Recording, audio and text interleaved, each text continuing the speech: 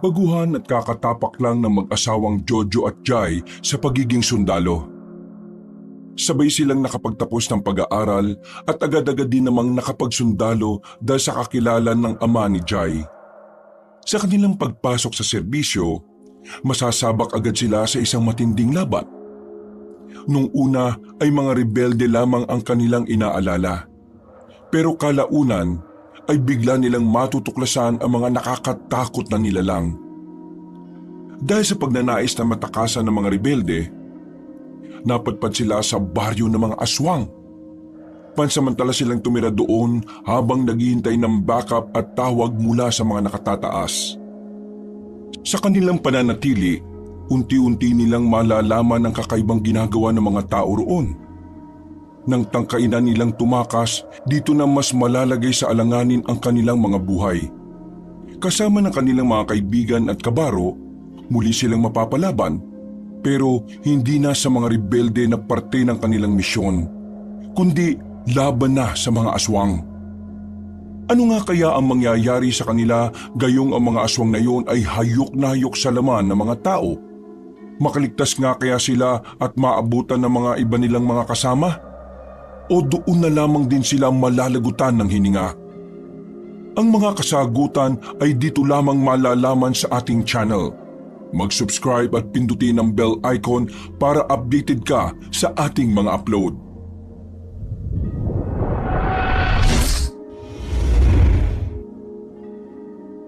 Magkakaharap sa pagkainan ng mag-asawang Jojo at Jai kasama ang ama ng babae na si Major Kalima.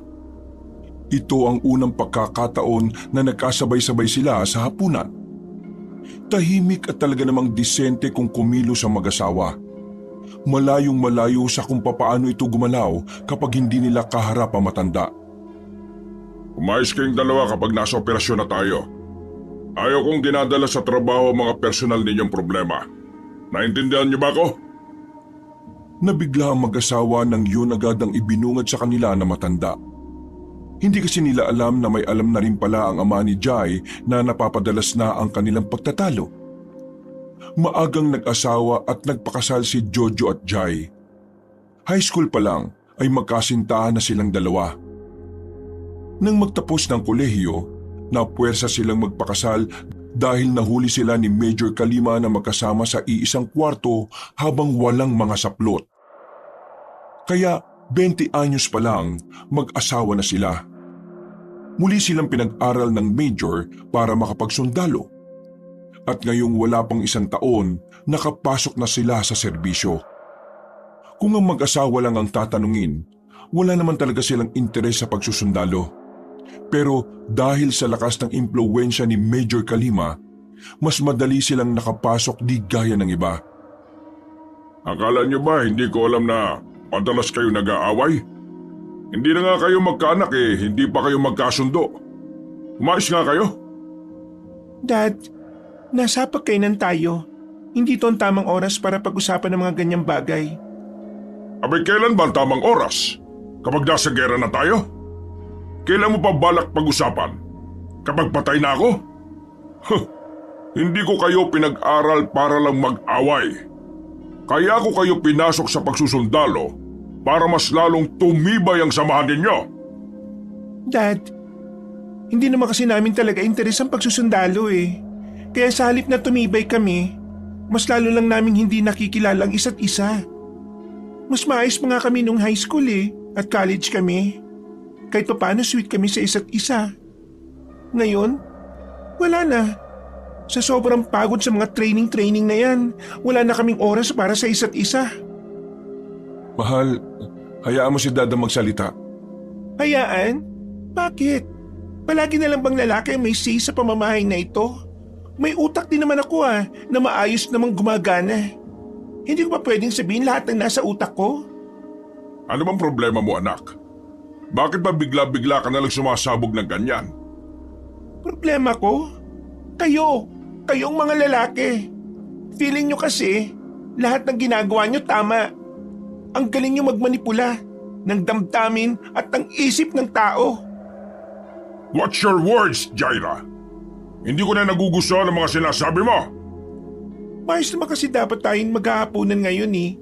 Sinisimulan niyo lang ako eh. Jojo, kalmahin mo tong asawa mo ah. Baka ano pang magawa ko dyan? Mahal naman. Kumalma ka nga. Pag-usapan natin ng mahinahon ng mga bagay-bagay. Wala namang mangyayari kung init ng ulo agad ang paiiralin natin eh. Bagyang kumalma ang babae. Tumingin na lamang ito sa malayo. Noon pa man, ganito na talaga ang ugali ni Jai. Kahit pilitin itong maging disente at formal, lumalabas talaga ang pagiging asal kalye nito. Bagay na kinaiinisa ng ama. Basta, magtino kayo kapag nasa operasyon na tayo. Ako maglilid doon kaya umayos kayo. Ayaw kong mapaya sa mga upper ko. Oo, magiging maayos kaming dalawa sa trabaho. Para hindi ka mapahiya kasi may ipinasok kang anak at manugang. Dad, huwag ho kayong mag-alala. Magagamit naman namin lahat ang natutunan namin sa training. Although, hindi talaga namin gusto ang pagsusundalo. Pero sa maraming taon na pag-aaral, alam kong kakayanin naman namin ito. Mabuti ba tong asawa mo eh? Madaling makaunawa. Handang mag-adapt sa sistema. Gayahin mo tong asawa mo, Jaira. Hindi yung kung ano-ano na lang kasi yung ginagawa mo sa mga libre mong oras eh. Uwi na ako. Nakakawalang gana na kumain dito. Mula nang mawala si Mami, wala nang buhay ang bahay na ito eh. Padubog na tumayo ang babae at dali-daling lumabas ng bahay. Hinabol naman ito kagad ng lalaking si Jojo. Naabutan niya ito sa gate. Hinawakan niya ang braso nito at saka iniharap. Mahal, kumalma ka nga lang. Lagi ka na lang ganyan eh. Kumalma? Lagi akong ganito? Natanong mo ba kung bakit ako laging ganito? Hindi, di ba? Jay naman, ang hirap mong kausapin ng may na... Eh di wag mo akong kausapin. Ganun lang naman kasimple yun eh. Kausapin mo na lang yung kababata mong malandi na text pa rin ng text sa'yo kahit na alam na may asawa ka na. Mahal, ito na naman ba tayo? Oo, eto na naman tayo at paulit-ulit lang ito. Wala itong katapusan hanggat hindi nawawala sa buhay natin ang lintik na kababata mo na walang respeto sa nararamdaman ng iba. Ilang beses ko bang ipapaliwanag sa iyo, Jai, na kaibigan ko lang si Karen? Kababata ko lang. Walang namamagitan sa amin. Kahit na nag-uusap kami paminsan-minsan, wala yun. Eh ano ba kasing mahirap intindihin na kapag hindi ako komportable, hindi ako komportable. At lahat ng ayaw ko, layuan mo. Kasi alam kong hindi naman yung makabubuti sa atin eh. Kung ayaw mong layuan, bahala ka sa buhay mo. Mauna na ako. Dami mong issue. Apelido ko nga hindi mo ginamit eh. Kahit kasal na tayo kasi yan ang gusto ng papa mo. Umangal ba ako? Hindi yun ang issue dito. Hoy! Sandali lang! Agad na pumasok ang babae sa sasakyan at mabilis na pinaandar. Hindi na nakasunod pa ang binata dahil wala naman siyang magagamit na iba pang sasakyan. Napapakamot na lang siya ng ulo nang bumalik sa loob. Sandali silang nag-usap ng kanyang biyenan at pagkatapos ay nagdesisyon ng lalaki na magpalamig na lang din muna ng ulo. Dakong 9:00 ng gabi, kasama niya ang dalawang kaibigan. Nasa isang bar sila. Magkakausap habang nagiinuman. Mga sundalo rin ang mga ito. Mas nauna nga lang sa kanila. Dahil simulat sa pool, yun naman talaga ang ginustong trabaho ng dalawa. Eh bakit kasi hindi mo na lang iwasan yung kaibigan mo si Karen para wala na kayong issue? Madali lang naman yun eh. Anong madali? Paalala ko lang sa iyo ha. Nakilala ni Jojo si Karen, wala pa si Jai. Ibig sabihin, mas marami silang pinagsamahan kaysa sa asawa niya kasi childhood friend niya yun. Iyon nga ang hindi matanggap ng asawa nitong tropa natin eh. Hindi niya matanggap na merong nauna sa kanya na mas marami pang alam sa asawa niya. Kaya nga para wala na lang away, kalimutan mo na yung Karen na yan. Eh wala naman kasing ginagawang masama si Karen eh. Ito lang naman si Jai ang nag-iisip ng kung ano-ano. Kilala natin to si Jojo pare. Alam naman nating matinong lalaki to, di ba? Kahit nga bigyan mo ng babaeng nakahubad yan eh, hindi niya papatulan yun. Hindi naman to tungkol sa kung matino bang lalaki si Jojo pare. Ito'y tungkol na lamang sa respeto. may asawa na si Jojo. Kaya sana magkaroon naman ng limitasyon ng mga babaeng kaibigan niya. Lintik na yan. Alas 12 ng gabi tatawag. Magtatanong kung anong pwedeng inumin kapag masakit ang balakang. Doktor ba tong si Jojo? Hindi naman Yan ang kinabubuisit ni Jai, pre. Yung respeto. Nakakabastos kaya yung ganun. Eto naman si Jojo, siyempre mabait. Kahit alanganing oras kakausapin niya. Sira ulo din Oo na. Alam ko naman talagang may mali rin ako Masyado akong hindi naging mindful sa nararamdaman ng asawa ko. Siguro tama si Fidel. Iiwasan ko na lang muna si Karen.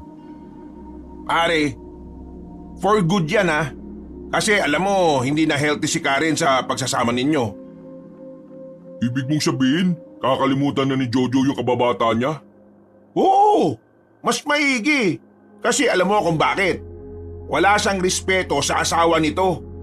Dapat lang naburay natin sa buhay natin ng mga taong binabastos ang mga asawa natin. Ganoon naman ang tama, di ba?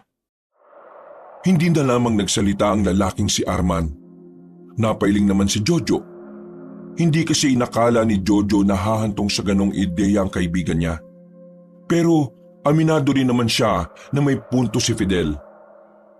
Habang tumatagal, madalas na nilang napag-aawayan ni Jai si Karen na kung tutuusin, hindi naman talaga mag-aalburuto ang babae kung hindi ito nababastos.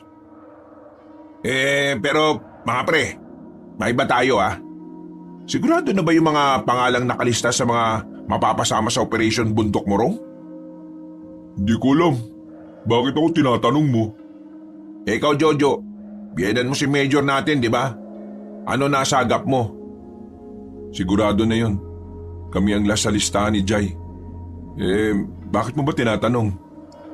Eto, atin-atin lang naman to Huwag niyo sana akong pagtatawanan. Nasabi lang din kasi sa akin to, ng dating nasa serbisyo rin. Kakilala ng tatay ko. Bakit? Ano ba yan? Mabulong-bulong ka pa. Alam niyo ba kung bakit hirap na hirap ang mga kabaro natin makalapit sa Bundok Morong? Malamang, nakapalibot ang mga rebelde doon. Mali ka dyan, pre. Ano?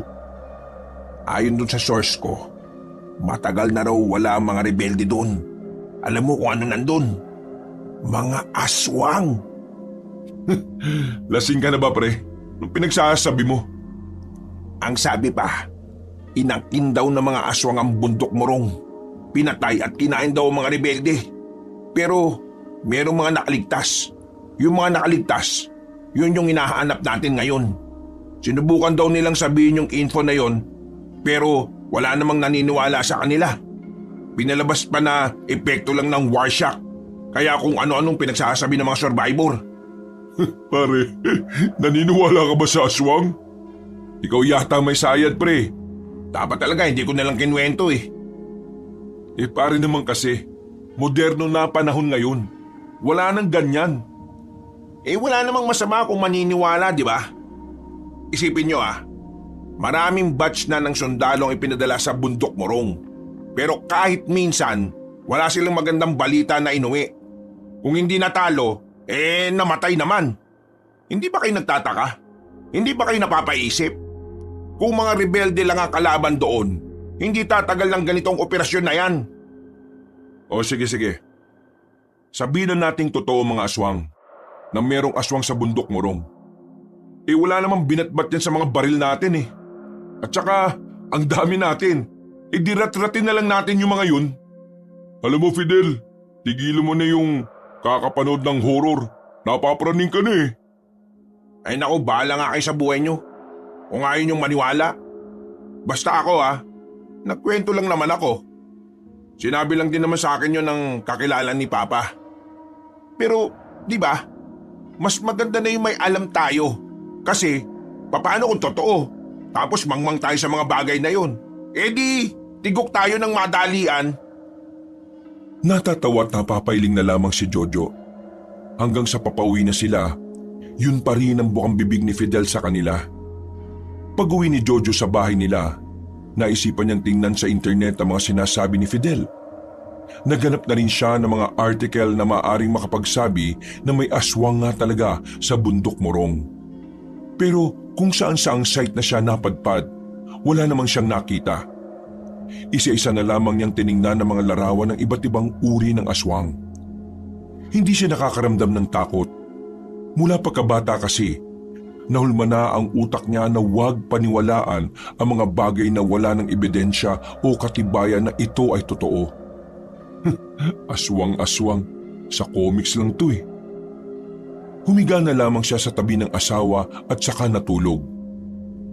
Mabilis na lumipas ang mga araw. Dumating na ang itinakdang araw para sa kanilang operasyon na gagawin. Tinipon na sa base ang mga bagong batch ng mga sundalo na sasagupa sa mga rebelde. Halo-halo ang mga sundalong naroroon. May mga matatagal na pero marami din ang mga baguhan pa lang. Kagaya na lamang na mag-asawang Jojo at Jai. Makinig kayong lahat. Tayong ikalawang hanay na sasalang sa misyong ito. Siguro naman alam nyo na ang mga nangyari sa mga nauna. Siguro naman alam nyo na rin kung gaano kadelikado at peligroso ang misyon na gagawin natin.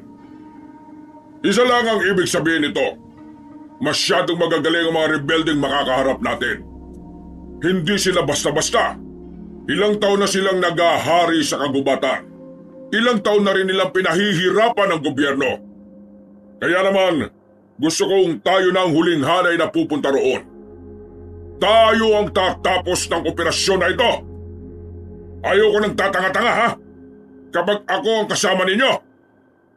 At itong tatandaan ninyo, kahit anong mangyari, hindi natin iiwan ang kasamaan natin. Lalaban tayo hanggang kamatayan. Understand? Sabay-sabay na sumagot ang mga yon. Matapos ang mga paalala ni Major, sabay-sabay na rin silang sumakay sa malalaking truck. Mula sa kanilang base, babiyay sila ng halos 2 oras. Malayo-layo kasi ang bundok ng Morong. Sa pinakaliblib na rin kasi ito ng kanilang probinsya. Habang nasa biyahe, hindi pa rin pinapansin si Jojo ng kanyang asawa. Kahit magkatabi, tila ba wala lang siya sa babae. Iniisip na lamang ni Jojo na baka dahil lang nasa trabaho sila kaya kailangan nilang umarting parang hindi sila magkakilala. Wala pang 1 oras ang kanilang biyahe, napilitan na silang tumigil. Marami kasing mga nakabagsak na malalaking bato at malalaking puno sa daan. Sinubukan nilang iusog ang mga yon pero hindi nila kinaya. Kaya naman napilitan si Major Kalima na lakarin na lamang ang kanilang patutunguhan. Kahit alam nilang malayo-layo pa, walang nagtangkang umangal. Hi Jai, musta? Huwag mo akong kausapin. Naglakad na mabilis ang babae at naiwan silang 3 sa likuran. Para kasing sira ulo eh. Alam mo nang wala sa mood eh. Hayaan na lang muna natin. Hinintay ko na lang din na lumamig muna ang ulo niya. Tsaka ko na lang kakausapin. Ang layo pa ng lalakarin natin. Kakayanin pa kaya ni Major? Gagi ka. Kapag ikaw narinig niyan, yari ka. Sa totoo lang, nag-aalala rin talaga ako. Pero siya naman ang may gusto nito eh. Sa halos kalahating oras na nilang paglalakad, meron silang tinigilan na abandonadong kainan. Isa itong malawak na bakuran. Napupununan ng sapot ng gagamba ang bahay. Ang mga upuan naman ay may magkahalong putik at alikabok na. 10 minutes and we will proceed. Kanya-kanyang upo na lamang sila roon. Hinanap agad ng mata ni Jojo ang kanyang asawa. Kasama rin yon ng iba pang babaeng sundalo na naroon. Yan mo tong lugar na to. Ni-raid siguro ng mga rebelde to o baka aswang. Ayan ka na naman, mukha ka talagang aswang pre. Uy, Private Magsino. Hindi pa rin ba pinapansin ni Private Kalima na anak ni Major Kalima? Di pa rin. Pero pinapabayaan ko lang. Lalapit din naman yan mamaya kapag may kailangan. Wala pang 5 minuto silang nakaupo. Tinawag na agad silang 3 ni Major Kalima. Lumayo sila ng bahagya para hindi sila marinig ng iba pa nilang mga kasama. Corporal Reyes at Corporal Basa, kayong dalawang itatalaga ko na mangunguna sa mga baguhang kabaro natin. Sa madaling sabi, magiging leader nila kayo dahil may mga karanasan na kayo. Ikaw naman, Private Magsino. Kausapin mo ang asawa mo at mag-ayos kayo. Makakaapekto ang hindi nyo pagpapansinan sa misyon natin. Sir, yes sir! Pinabalik na agad sila sa kanilang kinauupuan. Matapos nga lang ng 5 minuto, umalis na rin sila kaagad doon. Pumasok na sila sa kagubatan nang matanunan nila ang bundok Morong. Malayo pa yon pero ginanahan na silang maglakbay. Nakatutok ang kanilang mga baril sa kung saan habang naglalakad. Bawat sulok ay sinusuri nila kung merong mga nakaabang na kalaban. Major, tingnan nyo ito oh! Agad na lumapit si Major sa tinuturo ni Fidel. Nakita nila ang uniforme ng sundalo na kagaya ng sa kanila. Buto-buto na lamang ang naroon. At ang bungo pa nito ay wasak pa ang bandang bumbunan. Mga bakas na mga kasama nating nagbuwis ng buhay. Ano bang ginagawa mo? Corporal Reyes, unan mo ng larawan. Hindi lang yun ang unang kalansay na nakita nila roon. May mga nakita pa silang 3 kalansay ng sundalo sa unahan. At nakapagtataka para sa kanila, wasak ang bandang tiyan sa uniforme. Men, ihanda nyo mga sarili ninyo. Mukhang anumang oras mapapalaban na tayo. Sa puntong ito, nakaramdam na ng kaba si Jojo. Kita rin niya sa mukha ng asawang si Jai na nababahala na rin ito. Nilapitan niya yon at tinabihan. Pasimple niyang hinawakan ng kamay ng babae. Hindi naman ito nagsungit. Maya-maya pa ay nagpatuloy na rin sila sa paglalakbay. Pero habang patagal ng patagal, kakaiba na ang mga bakas na kanilang nakikita. Napatingin sila sa katawan ng mga puno. May mga malalaking hiwa doon na parang kalmot ng mababangis na hayop. Dahil dito ay nabuhay na naman ang kaisipan ng lalaking si Fidel. Na baka sa kanilang pupuntahan ay may mga nag-aabang na aswang. Sinasabi ko naman sa inyo may aswang talaga dito Corporal Reyes, anong binubulong mo kay Private Magsino? Pinagpawisan ng malamig si Fidel dahil doon. Nilapitan siya ng Major at sandali siyang tinapik sa dibdib. Hindi ba't isa sa mga ayaw ko yung pagbubulungan? Kung meron kayong nalalaman o gustong sabihin, sabihin niyo sa lahat. Now tell me, anong sinasabi mo kay Private Magsino? Sir, naisip ko lang naman kasi na yung mga malalaking kalmot na nakita natin, baka po kagagawan po ng aswang. Nagsalubong ang kilay na matandang si Major Kalima. Lumapit ito kay Fidel na parabang naiirita ang muka. Anong sinabi mo? Aswang? Yes sir. At kailan pa naging totoo ang aswang? Hindi ko alam sir. Bigla ko lang naman pong naisip. Pasensya na sir. Ayusin mo ang sarili mo, Corporal Reyes. Hindi tayo naglalaro dito para lang ipaalala ko sa'yo. Napayuko na lamang si Fidel sa sinabi ng kanilang Major.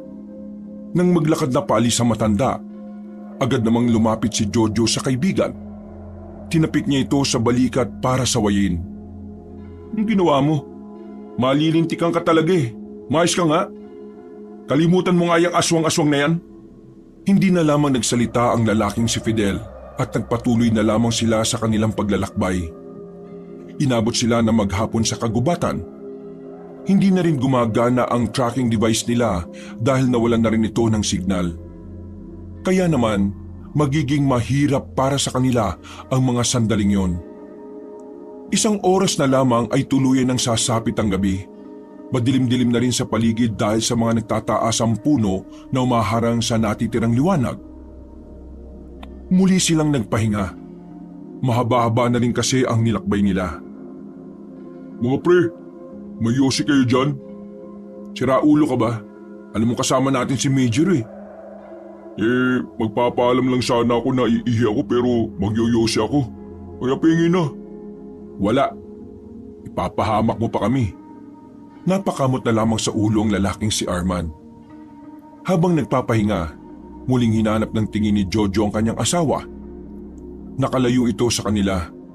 Tulala lang sa kung saan. Gusto niya sana itong lapitan pero kailangan niyang kumilos ng propesyonal.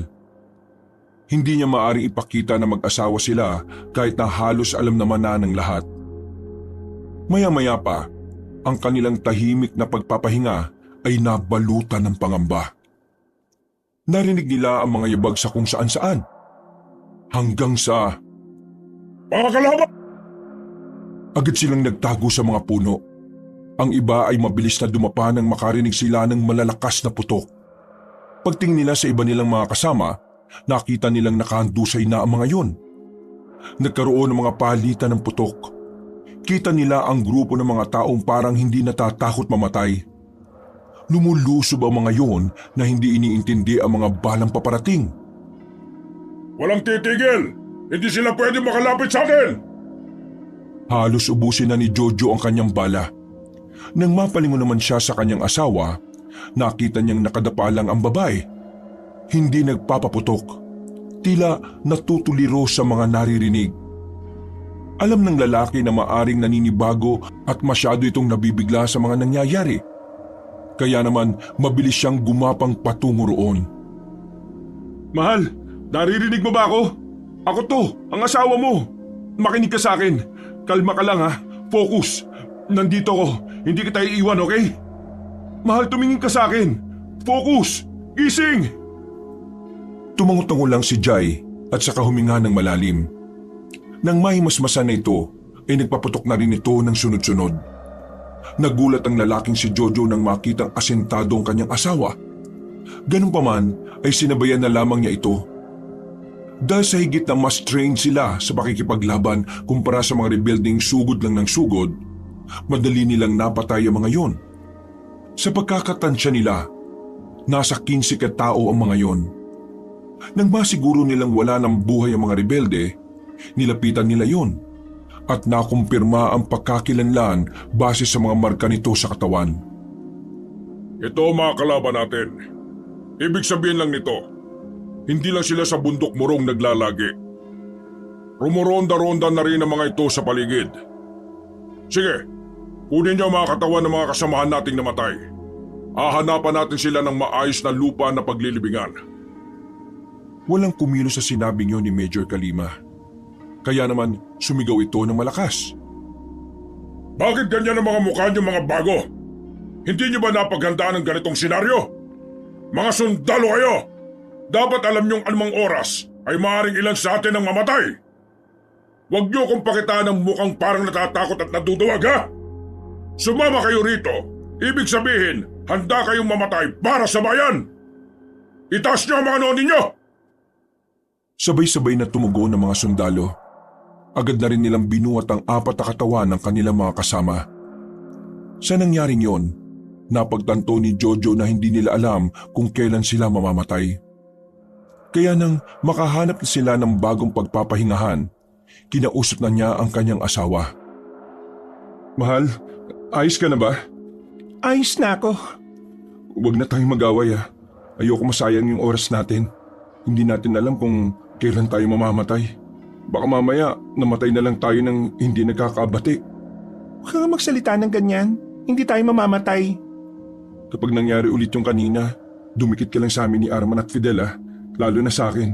Gusto kong katabi kita habang nakikipaglaban tayo. Oo na. Nagulat lang talaga ako kanina. Hindi ko inakala na bigla na lang may mga rebelding lalabas para umatake sa atin. Yun ang sinabi sa atin ng tatay mo nung nagsisimula pa lang tayo. Kapag sundalo ka at nasa gubat ka, walang lugar para sa'yo na pwede mong sabihing ligtas ka. Dapat lagi mong iniisip na baka may umatake. Dito natin masasabi na minsan, mas maganda na rin na paranoid tayo. Kawawa naman yung mga kasama nating namatay. 2 sa kanila may anak na maliit pa. Yung isa naman ikakasal na sana at yung isa tulad natin bago pa lang. Ganun talaga. Ito trabaho natin eh. Nakatingin lang ang 2 sa iba nilang mga kasamahan na abala sa pag-ukay ng paglilibingan ng 4 na bangkay. Ang mas nakakaawa pa, hindi na sila makikita pa ng mga kamag-anak nila kahit bangkay lang. Oo. Hindi naman kasi tayo pwedeng bumalik para ihatid ang katawan nila. Mas lalo namang hindi natin sila pwedeng iwan na lang dito. Sabi nga ni Major Kalima, pagbibigay galang ang paglilibing sa kanila ng maayos. Isang malalim na buntong hininga na lamang ang kanilang ginawa. Mga ilang sandali pa, sumapit na rin ang kinagabihan. Doon na rin sila magpapalipas ng gabi. Matapos kumain, kanya-kanya na rin silang latag ng malalapat na dahon ng saging. Kahit na pagod ang kanilang katawan, hindi magawang dalawin ng antok si Jojo. Masyadong okupado ang utak niya ng pag-aalala.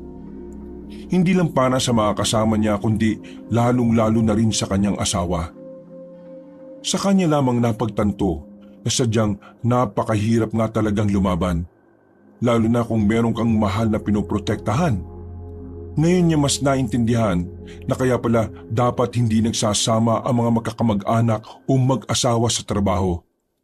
Yun ay para maiwasan na maging emosyonal.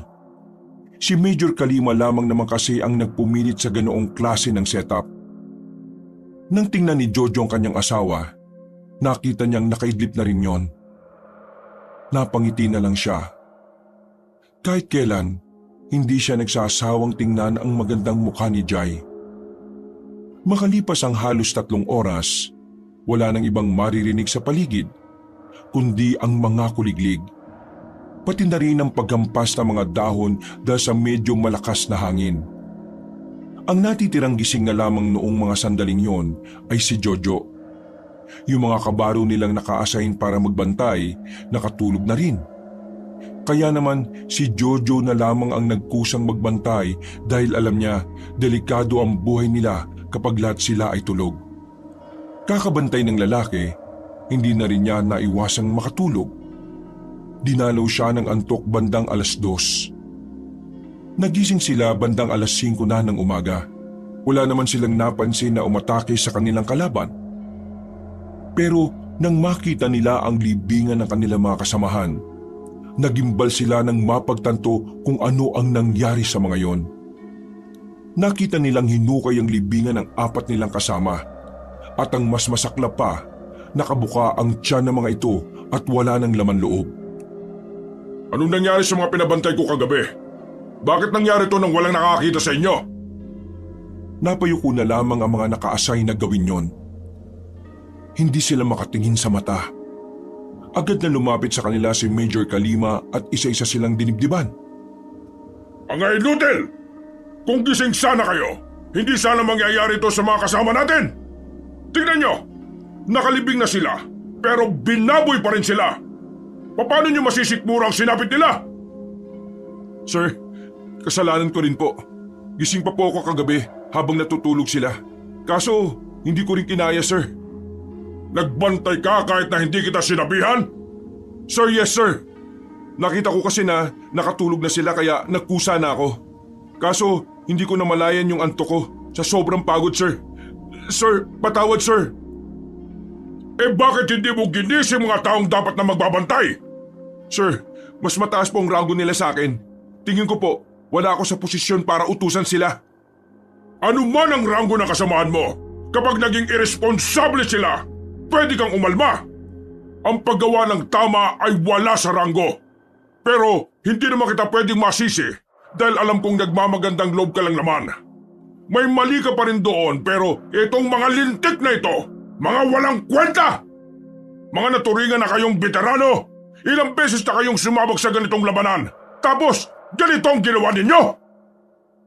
Muli niyang tinapunan ng tingin ng kaawa-awang bangkay ng mga kasama nila na butas sa mga tiyan.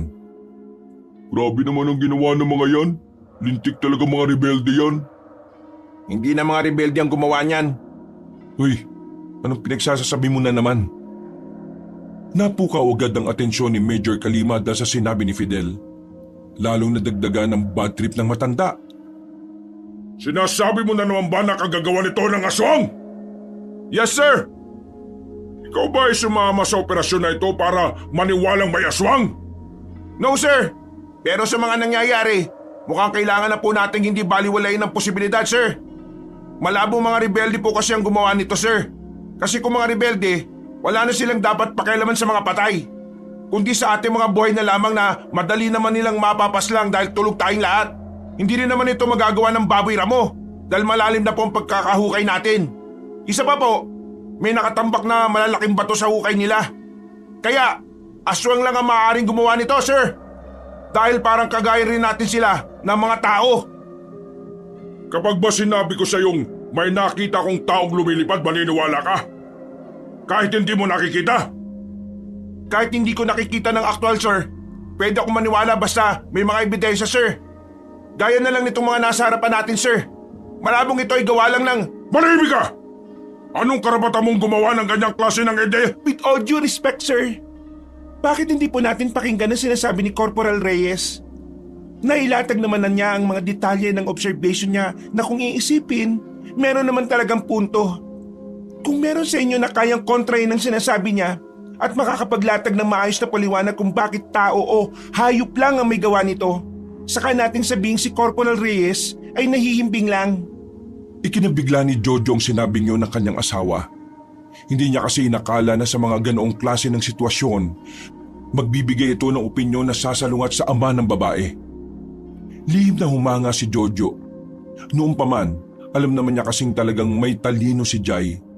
Sadyang bara-bara lang talaga itong magsalita at kumilos. At isa ka rin sa naniniwala na may aswang dito? Sir, wala pa akong sinasabing naniniwala ako. Ang sinasabi ko, bilang isang sundalo na may common sense, dapat matuto nating tingnan ng ibang anggulo ng kwento kahit gaano man ito ka-imposibleng mangyari. Lalo na kung kitang-kita ang mga ebidensyang hindi natin pwedeng itugma sa isang hayop dahil wala silang kapasidad na gawin ito. Hindi rin naman pwedeng sabihin na rebelde ang gumawa nito. Walang tangang rebelde ang magkakainteres sa mga patay kung meron namang natutulog na buhay na pwede nilang patayin. Kitang-kita sa mukha ng Major na parang nasampalito ng mga salita ng sariling anak. Sandali itong natameme, pero halatang hindi pa rin magpapatalo. Sige, sabihin na natin totoong may mga aswang na sila ang dumali sa mga bangkay ng kasamahan natin. Anong gusto niyong gawin natin? Unahin sila kaysa sa misyon natin? Sir, sa kahit saang aspeto ng buhay, ano man ang antas mo sa lipunan, kung merong mga hadlang sa gusto mong maabot, yun ang uunahin mo. Sa kaso natin ngayon, masasabi kong kung ang mga aswang ay totoo nga, malaking hadlang sila sa paglalakbay natin. Nakita nyo naman na kaya nilang kumain ng laman ng loob ng tao. Ibig sabihin lang nito, hindi rin nila tayo papalagpasin. Hindi ko sinasabing gawing prioridad ang mga aswang, pero isa sila sa dapat unahin natin habang naglalakbay tayo. Kasi sila ang unang magiging hadlang para marating natin ang patutunguhan natin. Mawalang galang na po, Major. Tama ang sinasabi ni Private Kalima. Mas mainam sigurong maging handa tayo sa anumang posibleng mangyari sa atin. Malaki po ang gubat. Parang ito yung mundo na hindi natin alam kung ano ba ang nakatago rito. Huminga ng malalim ang matandang lalaki. Parang nakuha na nito ang nais iparating ng mag-asawa. Okay, I understand. From now on, isasama na natin sa iintindihin natin ang mga lintik na aswang na yan. Pero ito lang ang sasabihin ko sa inyo. Hindi ko kayo mapapatawad kapag napatay kayo ng sinasabi niyong aswang.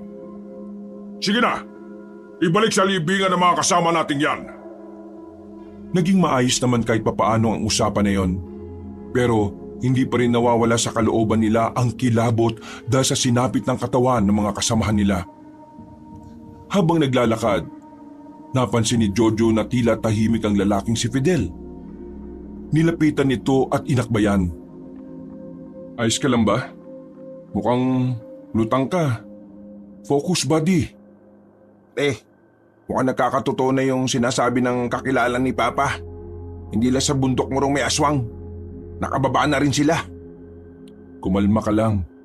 Para kang hindi sundalo eh. Ilang beses ka na sumasabak sa gera tapos sa aswang lang matatakot ka? Pre, hindi sila kagaya ng mga nakakalaban natin. Kahit wala silang baril, kayang-kaya nila tayong patayin lahat. Maniwala ka. Oo na. Basta ngayon gusto ko mag-focus ka ha. Ikaw maglilid sa aming mga baguhan, di ba? Tumungo na lamang ang lalaking si Fidel. Nung umagang yon, tahimik nilang tinahak ang daan. Hindi nila alam kung malapit na sila. Basta ang palatandaan lang nila sa bundok ng Murong, yun ang pinakamataas na bundok na makikita nila. Makalipas pa ang ilang oras, natanaw na nila ang mataas na bundok. Malapit na ito sa kanila. Kaya naman mas lalo na silang ginanahan na makarating doon. Pero sa kabilang banda, kabado rin sila sa maaaring mangyari. Alam nila na ang mga susunod na sandali ay hindi magiging madali. Be ready, men! Kaunting lakad na lang. Talasan niyo ang mga mata ninyo. Nasisiguro kong sa paanan ng bundok na yan, meron tayong makakalaban. Nakatutok na ang mga baril nila sa kung saan-saan. Nakaporma na rin sila at marahang naglakad. Oh, wala na mga suwang ah. Umaga ngayon, tanga ka ba? Malamang hindi sila magpapakita ng umaga kasi mas madali silang mapapatay kapag maliwanag. Ah, night shift pala sila. Kung hindi ka naniniwala sa aswang, wala namang problema eh. Pero kapag namatay ka dahil sa kanila, kasalanan mo na yon. Eto naman si Jai, masyadong seryoso. Nasa isang malagang misyon tayo. Mas may karanasan ka na kaysa sa akin. Pero parang baguan ka pa rin umasta. O ano, napagsabihan ka tuloy. Kamot ulo na lamang si Arman sa mga sandaling yon. Sa kanilang pagpapatuloy, tumigil na rin sila sa gilid. Nakita kasi nila ang mga rebelde na nakaharang sa daraanan nila. Naroon ang kuta ng mga rebelde na talaga namang maraming tent ang nakatirik doon. Sumenyas ang kanilang major. Inihanda nila ang kanilang sarili. Pagsigaw ni Major Kalima, mabilis silang lumabas at saka pinagbababaril ang mga rebelde. Dahil mas nauna silang lumusob, nakandamatay agad ang mga taong inabutan nila sa labas. Move! Move! Move! Pinasok nila ang mga tent at doon ay inabutan pa nilang nakahiga ang ibang rebelde. Nagmagtangkang magpaputok ang mga yon, hindi na sila nagdalawang isip na paslangin ito. Buong akala nila ay tapos na ang putukan. Pero dahil sa mga putok na umalingaw-ngaw sa kagubatan, naging senyalis pala yon para makatunog ang iba pang rebelde. May mga dumating pang bagong hukbo ng kalaban. Sa pagkakataong ito ay mas marami. Sa mga sandaling ito, natansya na kagad ni Major Kalima na mas marami yun sa kanila. Pero wala itong naramdamang kahit na kaunting takot. Position! Move! Sabay-sabay silang nagtago at dumapa. Hindi sila nagsayang ng oras at pinaulanan na kagad nila ng bala mga yon. Pero laking gulat nila nang makitang naghahagis ng granada ang mga rebelde. Dahil dito, napilitan silang tumayo at tumungo sa kaliwang banda ng daan. Kagaya nila, magagaling din ang mga yon. Kaya naman, isa-isa na silang nalalagas. Kita ni Jojo kung papaanong mangisay ang iba nilang kasama na tinatamaan ng bala. Kita rin nila nang malapitang pinagbababaril ang mga kasama nilang naiwan. Wala silang magawa sa mga sandaling yon kundi ang lumayo. Hindi kasi nila pwedeng salubungin ang mga rebelde dahil mas marami ang mga yon. Isa pa, may dalang granada ang mga kalaban nila. Meron din naman silang dala. Pero kahit ilang beses na nilang hagisan ang mga kalaban nila, parang hindi yun nauubos. Isang indikasyon lang yon na talaga namang marami ang mga rebelde sa kagubatan. Dahil sa kanilang pagtakas, nagkawatak-watak na sila sa mga sandaling yon. Hindi na nila kasama si Arman. Mas lalong nawala na rin sa tabi nila si Major Kalima.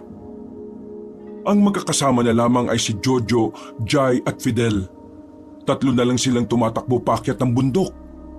Ang iba nilang kasama, wala na rin. At hindi rin nila sigurado kung nakaligtas ba si Arman at Major Kalima. Nang malayo-layo na sila, nagtago sila sa maliit na kuwebang nakita nila. Maliwanag sa labas at kapag hindi sila pumasok doon, madali silang makikita. Nilagyan na lamang nila ng mga tuyong dahon ng butas ng kuweba para hindi sila makita. Ilang sandali lang, nanahimik na rin ang buong paligid. Wala na silang maririnig na kahit na anong putok ng baril. Dito na muna tayo hanggat hindi sumasapit ang gabi. Delikado tayo sa labas. Ang aga pa. Ilang oras tayo dito. Baka masuffocate tayo dito. Wala tayong choice eh. Kailangan nating magtiis. Kesa naman maabutan nila tayo. Baka nakakalimutan mo. Itong taas ng bundok, sinasabing dun din sila nakatira. At may posibilidad pa na baka mga aswang ang naroon. Tama si Fidelio. Dito na muna tayo. Tisin na lang natin ang init. Mas maganda na to kesa mapadali ang buhay natin. Tiniis nila ang init sa loob ng kuweba hanggang sa tuluyan nang kumagat ang dilim. Saka pa lamang sila nagkaroon ng lakas ng loob. Pero kahit na ganoon, medyo nababahala na rin sila para sa kanilang kapakanan. Wala na silang bala. Ang tanging meron na lamang sila ay mga kutsilyo. Bagay na hindi naman nila alam kung tatalab sa mga aswang. Jojo, Jay, kung sakali mang malagay ang buhay natin sa alanganin, mauna na kayo ah. Haharangin ko mga lintik na aswang na yan o yung mga rebelde para makaalis kayo. Sira ulo ka ba? Anong pinagsasabi mo? Mas mataas ang ranggo ko sa iyo. Kumalang ka nga. Galangin, sipahin ko mukha mo dyan eh. Anong sinasabi mo? Tingin mo papayag kami na mamatay ka? Sabay-sabay tayong aalis dito. Pre, huwag ka na matigas ang ulo. Kapag ako namatay, ayos lang. Walang iiyak para sa akin. Matagal na akong kinalimutan ng mama ko. Si Papa naman, nasa langit na, di ba? Oh, kaya ayos lang sa akin. Kapag isa sa inyo namatay, mas masakit. At saka, wala pa nga kayong matinong honeymoon eh. Mag-honeymoon muna kayo bago mamatay. Tagal nyo ng kasal eh. He, manahimik ka nga Fidel. Anong tingin mo sa amin, manhid? Walang mararamdaman kapag ikaw namatay? From the start, ikaw ang pinaka-nasandala namin ni Jojo nung may mga problema kami. Para ka na naming kapatid. Kayo ni Arman. Kaya tumigil ka nga sa sinasabi mo. Kapag nalagay tayo sa alanganin, magkakasama tayong lalaban. Kung mamamatay tayo, ang malaga, wala tayong iniwan. Tama si Jai. Hindi to ang tamang panahon para magpakabayani ka, pre. May mga taong malulungkot kapag nawala ka. Isa pa, hindi yun ang tamang paraan para ialay mo ang buhay mo para sa misyon na ito. Pwede ka mabuhay at the same time, naging bayani ka. Walang ya talaga itong mag-asawang to. Ona. Mahal na mahal nyo talaga ako, no? Sira ulo ka talaga. Subukan mong gawin yan, sasampalin kita nitong suot kong sapatos kahit mas mataas paranggo mo sa akin. Pero mas kailangan natin mag-ingat ah. Dalawa kalaban natin, mga rebelde, tapos mga aswang. Kahit na hindi natin nakikita mga aswang, huwag nating alisin ang posibilidad na baka meron nga ritong, ha? Napatigil sa pagsasalita ang lalaki na makarinig sila ng mga kaluskos. Agad-agad silang nagtago sa likod ng punong malapad ng katawan. Pasimple silang sumilip. Open area ang kanilang kinalalagyan. Kaya kitang-kita nila ang paligid dahil na rin sa liwanag ng buwan. Oh, ano yun? Pare-pareho silang pinanindigan ng balahibo nang makitang isang nilalang na may mahabang hita at braso. Matutulis ang tenga at ilong. Mapayat na talagang makikita na ang buto nito sa dibdib at tagiliran. Sa mga sandaling ito, agad nilang naisip na ang nilalang na yun ay maaring isang ang aswang. Pre, aswang yan!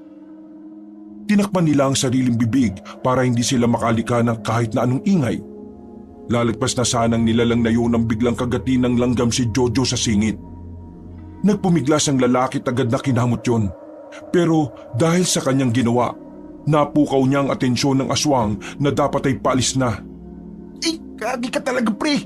Nag-ingay ka pa! Ikaw kaya kagatin ng langgam sa singit? Ayan na, nakatingin na siya sa atin. Kahit kailan talaga, nakakabwisit ka Jojo. Kabadong-kabado na sila sa mga sandaling yon. Lalo na nang makitang naglalakad na ang nilalang patungo sa kanila. Nagpapanik na sila at hindi malaman ang gagawin. Mabuti na lang, bigla na lamang gumana ang utak ni Jojo. Kumuha siya ng bato at hinagis niya sa bandang likuran ng aswang. Dahil doon ay nabaling ang atensyon ng aswang sa ibang direksyon. Hindi na ito tumuloy sa kanila. Maya-maya lang ay tuluyan na rin yung nawala. Nakahinga ng maluwag ang tatlo at parabang nabunutan sila ng tinik sa lalamunan. Kinurot agad ni Jai si Jojo sa tagiliran. Ariku, ano bang ginawa ko? Magugas ka kasi ng singit mo lagi para hindi nilalanggam. Hindi ka yata nagpapalit ng brief pre. Anong pinagsasabi niyo? Nang masiguro nilang wala na nga ang aswang sa paligid, ay nagmamadali na rin silang umalis doon. May naisip akong paraan para hindi agad malaman ng mga rebelde na sundalo tayo. Hubarin natin ang military uniform natin. Tama. Galing mo talaga. Inalis nila ang kanilang mga uniform. Nakaputing t-shirt na lamang sila. Si Jai ay nakashort na pang ibaba. Ganon din naman ang dalawang lalaki. Sa kanilang paglalakad, meron silang nakitang isang lugar. Baryo ito na marami-raming bahay ang naroroon. Pero dahil nasa liblib na lugar, walang supply ng kuryente. Tanging malalaking lampara at gasera ang nagsisilbing ilaw. Pati na rin ang mga sulo na nakalagay sa harapan ng bawat bahay. Sigurado ba tayong pupunta tayo dyan? Baka mamaya, lugar ito ng mga rebelde. Basta, ang sabihin natin, mga namumundok lang tayo at naligaw tayo. Yun lang. Hindi nila tayo basta-basta gagalawin. Basta hindi nila malaman na sundalo tayo. Kailangan natin pumasok sa baryong yan. Mas ligtas tayo kaysa sa gubat. Maliwanag, may mga tao dito. Sa gubat wala, madilim pa. Nag-aalala lang naman ako. Pero kung yan ang gusto nyo, di sige. Nilakasan na lamang nila ang kanilang loob. Sinimulan na nilang umarte na parang mga pangkaraniwang tao lamang sila. Mga ilang sandali lang, meron silang nakasalubong na matandang babae. Hindi pa naman ito sobrang uugod-ugod na. Diretso pa ang katawan at mukha namang malakas pa. Tumingin sa kanila ang matanda na parang inaalam kung sila ba ay mga dayo. Ngumiti ng bahagya at lumapit yon sa kanila. Magandang gabi sa inyo. Hindi kayo taga rito, tama ba? Magandang gabi rin po. Opo, hindi nga po kami taga rito. Ang totoo niyan mga hiker po kami. O yung mga namumundok na tao. Naligaw po kami, hindi po namin alam kung saan kami pupunta. Kung wala kayong mapupuntahan, bakit hindi na lang muna kayo rito sa amin? Total, ligtas kayo rito kesa naman sa kagubatan. Hindi naman po ba nakakaya yun sa inyo? Baka makaabala pa kami sa inyo, Manang. May bakanting kwarto pa naman kami sa bahay. Dalawa lang naman kami ng asawa ko ron. Wala na ang mga anak namin. Kawawa naman kasi kayo kung hahayaan ko kayong magpagala-gala sa gubat. Alam niyo na ba ang mga kwento? Mga kwento? Ano pong tinutukoy niyo? Maraming mga kakaibang nilalang sa kagubatan, lalo na kung gabi. Kakaibang nilalang? Kagaya po ng ano? Kagaya na lamang ng aswang. Nang sabihin nyo na matanda, ay nagkatinginan silang tatlo. Sa hindi malamang dahilan, nagtindigan na naman ang kanilang balahibo. Naalala na naman nila ang malinaw na imahe ng aswang. Tandang-tanda nila ang anyo ng aswang na nakita nila sa gubat. Ibig niyo pong sabihin, naniniwala kayo sa aswang? Noon pa man ay totoo na ang aswang. Hindi naman sila kailanman nawala. Nagtatago lang sila dahil kumukuha lang sila ng tamang pagkakataon para magbalik. Matanong ko lang din po, dito po ba sa baryo ninyo, wala po bang mga aswang? Lahat ng tao dito ay nakahanda sa anumang pagkakataon na dumating ang mga nilalang na yon. Kung makikita nyo ang bawat bahay, may nakasabit na tela. Sa loob ng tela ay may itim na bato na kasing laki ng kalamansi. Ang mga bato na yon ay pangontra sa mga aswang. Kaya wala kayong dapat na ipag-alala. Ligtas kayo sa baryong ito. Naging panatag ang kanilang kalooban sa sinabi na matanda. Sumilay ang ngiti sa kanilang labi. Ay, siya nga pala. Ang pangalan ko ay Mariana. Pero kilala ko sa tawag na Aling Maria. Ako naman po si Jojo. Itong babae ay si Jai. Asawa ko po. Kumpare at kaibigan naman po naman namin tong si Fidel. Kinagagalak ko kayong makilala. Ang mabuti pa ay sumunod na kayo sa akin. Nang sa ganun madala ko na kayo sa bahay. Maraming salamat po. Habang nakasunod sila sa matanda, halos lahat ng taong nadaraanan nila ay nakatingin sa kanila. Wala naman silang nararamdaman na kakaiba o kaba sa mga tingin na yon. Sa katunayan, ang isa sa mga naroon ay nakangiti lamang sa kanila. Kumakaway pa nga ang mga ito kay Aling Maria. Narito na tayo. Pagpasensyaan nyo na ang bakuran namin. Hindi pa kasi ako nakakapaglinis buong maghapon. Pero sa loob naman maayos naman. Bahay na bato ang tirahan na matanda. Yun ang naiibang bahay sa lahat. Karamihan kasi sa mga nadadaanan nila ay puro yari lang sa kahoy. Pagpasok nila sa loob, naabutan nila ang matandang lalaki. Kalmadong nakaupo. Densyo, may bisita tayo. Mga namumundok ito na naligaw sa gubat. Itong babae ay si Jai. Ito namang dalawa, si Jojo at Fidel. Ang asawa ko nga pala, si Densyo. Kinagagala ko kayong makilala. Mabuti naman at mas pinili nyo na lang na magpalipas dito ng gabi.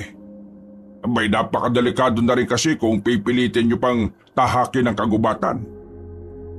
Maraming salamat po ulit sa pagpapatuloy.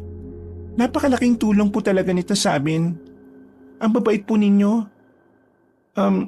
Di bali po, kapag po kami nakabalik na sa amin, babalikan po namin kayo dito at kami naman po ang babawi sa inyo. Nako, hindi na kailangan. Marami naman ang naliligaw dito at tumutuloy sa amin. Hindi namin sila hinihinga ng kahit na anong kapalit. At lahat naman ng napadpad dito hindi naman na nakaalis.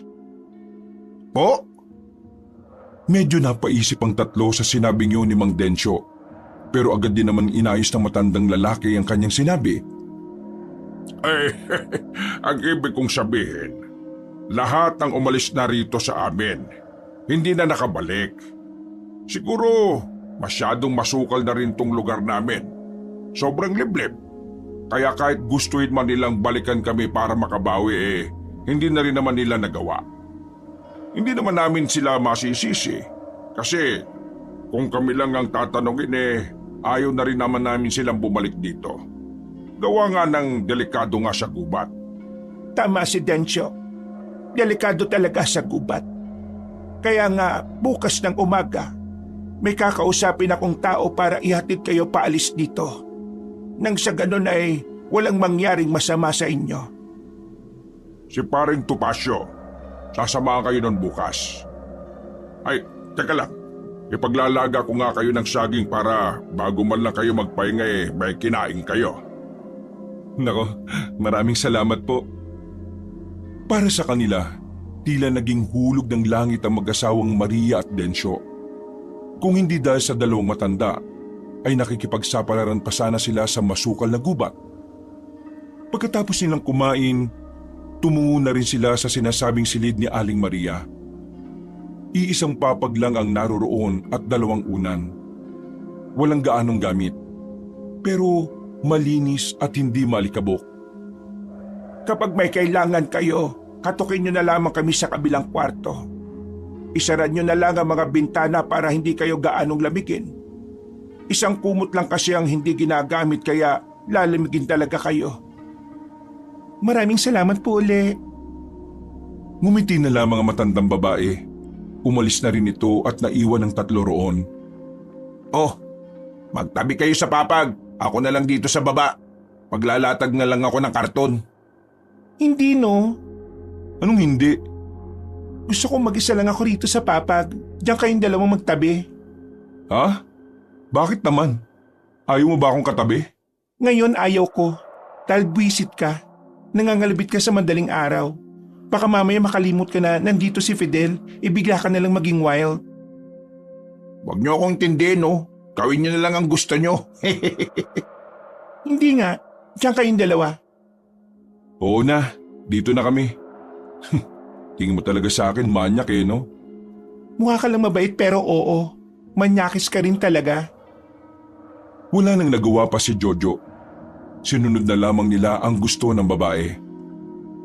Habang nakaiga na sila, hindi nila maiwasang hindi isipin ang mga nangyari. Lalong-lalo na ang pagkapadpad nila sa baryong kinalalagyan nila. Pakiramdam kasi nila, masyadong mabilis at madali ang lahat.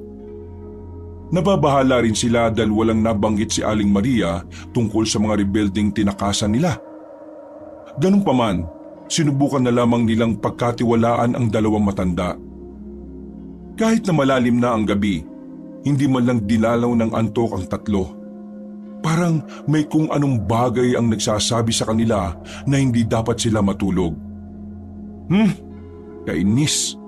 Mukhang aabutin tayo ng umaga na dilat ah.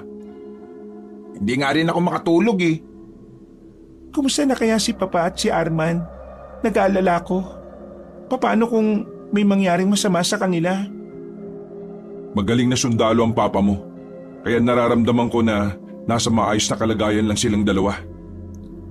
Alam mo, kung saan ako nag-aalala. Paano kung si Arman hindi pala kasama ni Major?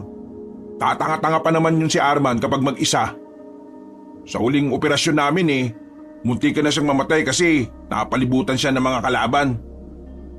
Diretsuhin ba naman yung daan kung saan kami pinagbabawalang pumunta? Buti na lang kamo, nakarespondi ka agad kami. Pagdasal na lang natin na sana nasa maayos lang na kalagayan si Arman, pati na si Major. Dakong 3:00 na ng madaling araw, nakatingin lang sila sa kisame. Mga gising na rin sila pero wala nang nagsasalita. Habang nagpapaantok, nakarinig sila ng mga usapan sa labas. Iba ang lingwahe na naririnig nila. Hindi nila maintindihan. Boses ng mga lalaki at may mangilan-ngilang babae rin. Parang mga nagtatalo-talo. Kausap ng mga yon ang mag-asawang Maria at Densyo. Ano kaya pinag-uusapan nila? Bakit parang nagtataasan sila ng boses? Si Mang Densyo at Aling Maria yung naririnig natin, di ba? Tingin ko may pinagtatalunan sila. Kaso, hindi naman natin maintindihan. Parang ngayon ko lang narinig yung ganong klase ng lingwahe. O pre, saan ka pupunta? Ha? Sisilip ako. Baliw ka ba? Alam ng dalawang tulog na tayo rito eh. Hayaan mo siya. Naku, bahala ka nga. Bumalik ka agad ah. Pasimpleng tumayo ang lalaking si Jojo. Marahan niyang binuksan ang pinto. Pagsilip niya sa labas, nakita niya ang ilang taong kaharap ng dalawang matanda. Kahit wala siyang maintindihan sa usapan, nakikita niyang parang nagagalit ang lalaking kausap ni Mang Densyo. Nagtatalunan ng mga ito. Nung oras na Nakasilip si Jojo sa bintana. Agad siyang napatago nang makita niyang lumingon sa kanya ang mga nasa labas. Sa pagkataranta, yumuko siya at gumapang pabalik ng kanilang silid. Bilis, pikit, kunwari tulog tayo. Ha? Ano bang ginawa mo? Basta, magkunwaring tulog kayo. Sinunod na lamang ng dalawa ang kanyang sinabi. Habang nakapikit, naramdaman nilang bumukas ang pinto. Hindi nila alam kung sino ang sumilip. Basta pakiramdam nila ay isa sa mga aswang. Nakahinga lamang sila ng maluwag nang magsarado na ulit ang pinto. Hindi nila alam noon kung bakit kinailangan nilang magkunwaring tulog. Basta parang naramdaman na lamang kasi nilang parang may mali. Kinaumagahan, bumangon agad sila ng higaan. Kahit 1 minuto, hindi sila nakatulog. Saktong paglabas nila ng silid, nakita nila sa bakuran ng mag-asawa.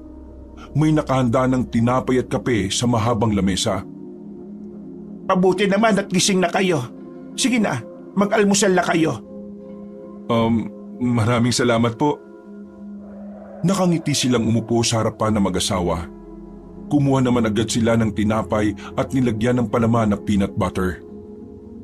Bakit ganyan ang mga mata niyo? Hindi ba kayo nakatulog? Nakatulog naman po kami. Siguro dahil lang po sa alikabok.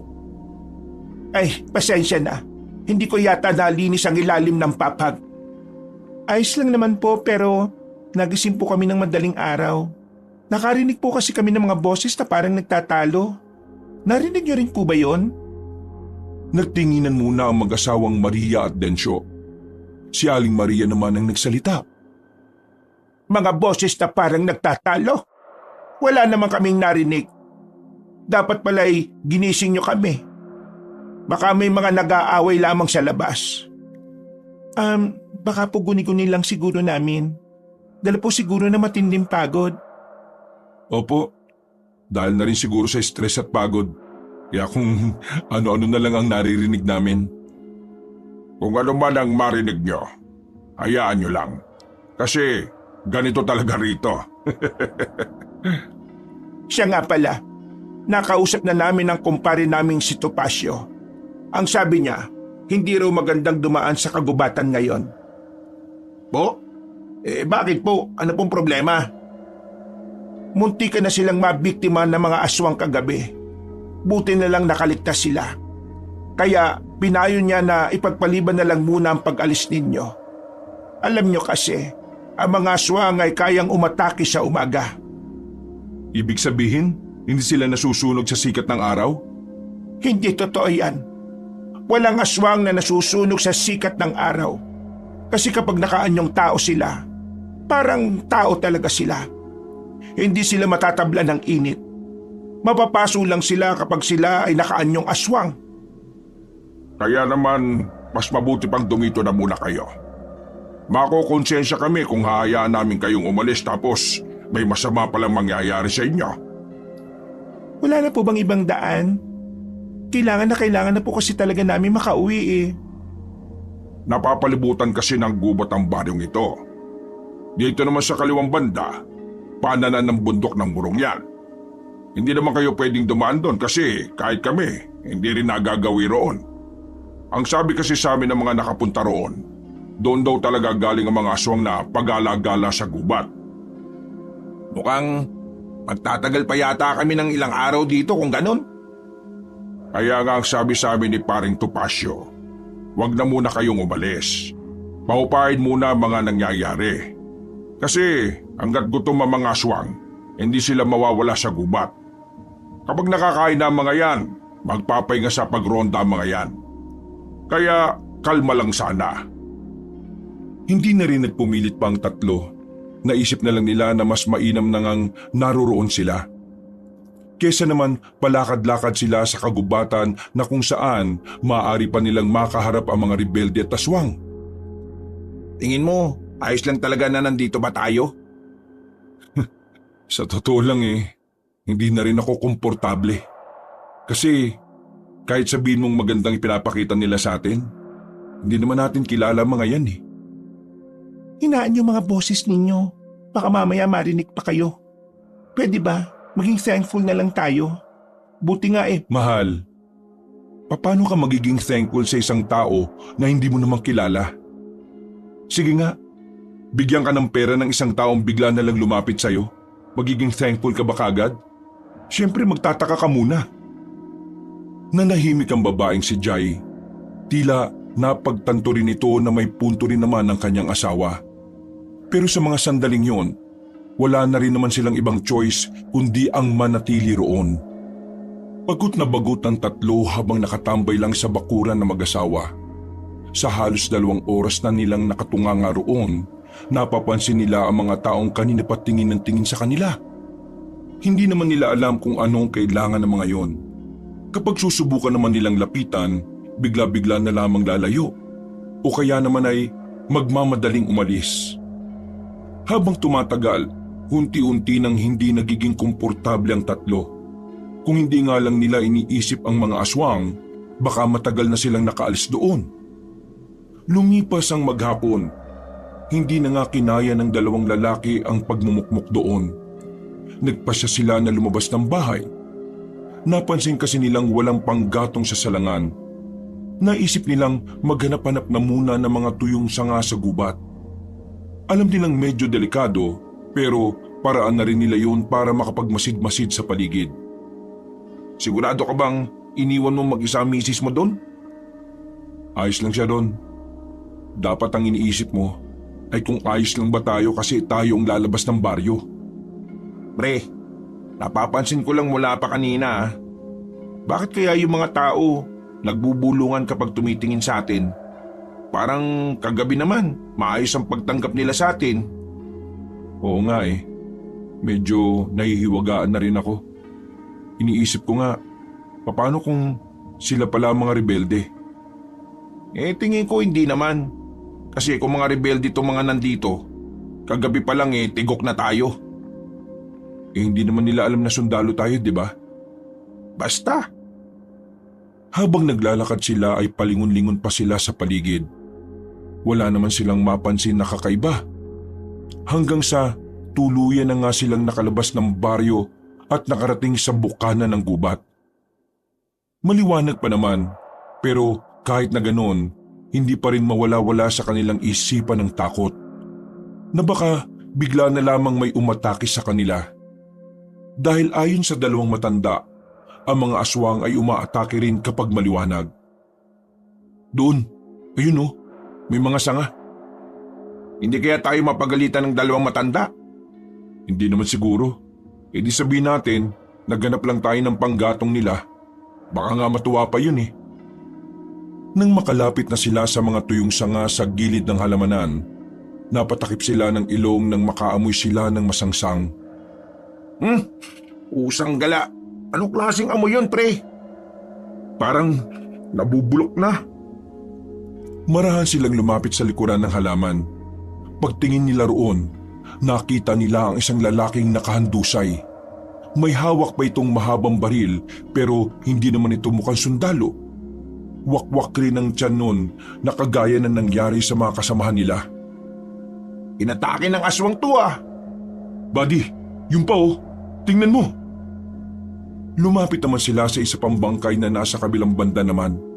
Pero hindi lang pala yun ang naroon. Nang suyuri nila ang paligid, may mga nakita pa silang mga bangkay. Nakumpirma nilang mga bangkay ngayon ng mga rebelde. Pati mga rebelde, dinali rin pre. Mukhang walang pinipili mga lintik na aswang na yan ah. Pre, may tao, tago! Hinila ni Fidel si Jojo papunta sa gilid nang maramdaman nilang may mga paparating. Mga ilang sandali lang, nakita na nila ang grupo ng kalalakihan na tumigil mismo sa harap ng mga bangkay. Namumukhaan ni Jojo ang mga lalaking yun. Hindi siya maaaring magkamali. Ang mga lalaking yun ay mga lalaking nakita niya na kausap na mag-asawa nung madaling araw. Kauna na tayo sa mga to. Ang tatangan nyo kasi. Wala na naman tuloy tayong pagkain. Nang marinig ng dalawang sinabi ng lalaki, otomatikong nagtayuan ang kanilang mga balahibo. Agad nilang naisip na ang lalaking yun pala ay mga aswang. Kaya naman pinilit nilang hindi makagawa ng kahit na anong ingay. Tinis na ni Jojo ang kagat ng langgam sa kanyang paa. Nang makalis na ang mga yun, ay sakalang nagkakamot ang lalaki. Pre, kung aswang ang mga yun at kausap yun nila Aling Maria kaninang madaling araw, hindi kaya alam din nilang aswang din ang mga yun? Kung alam nilang aswang ang mga yun, hindi naman nila siguro kakausapin ang mga yun, di ba? Eh ano? Hindi nila alam na aswang yung mga yun? Alam man nila o hindi, kailangan nating balikan ng asawa ko ron. Baka yung mga lalaki na yun pumunta ulit sa bakuran nila Aling Maria. Wala silang sinayang na pagkakataon. Nagmamadali silang makaalis sa lugar na yun. Ang kaso nga lang, hindi nila inakalang babalik din ang mga kalalakihan. Nakita sila ng mga yun at parang nakilala sila na sila ang mga taong kinupkop na mag-asawang Maria at Dencio. Nalinti ka na! Pobre! Sa halip na pabalik sila sa baryo, papalayo pa ang takbo nila. Sasalubungin na kasi sila ng mga aswang. Habang tinatakasan nila ang mga yon, napansin na lamang nila na unti-unti na palang kumakagat ang dilim.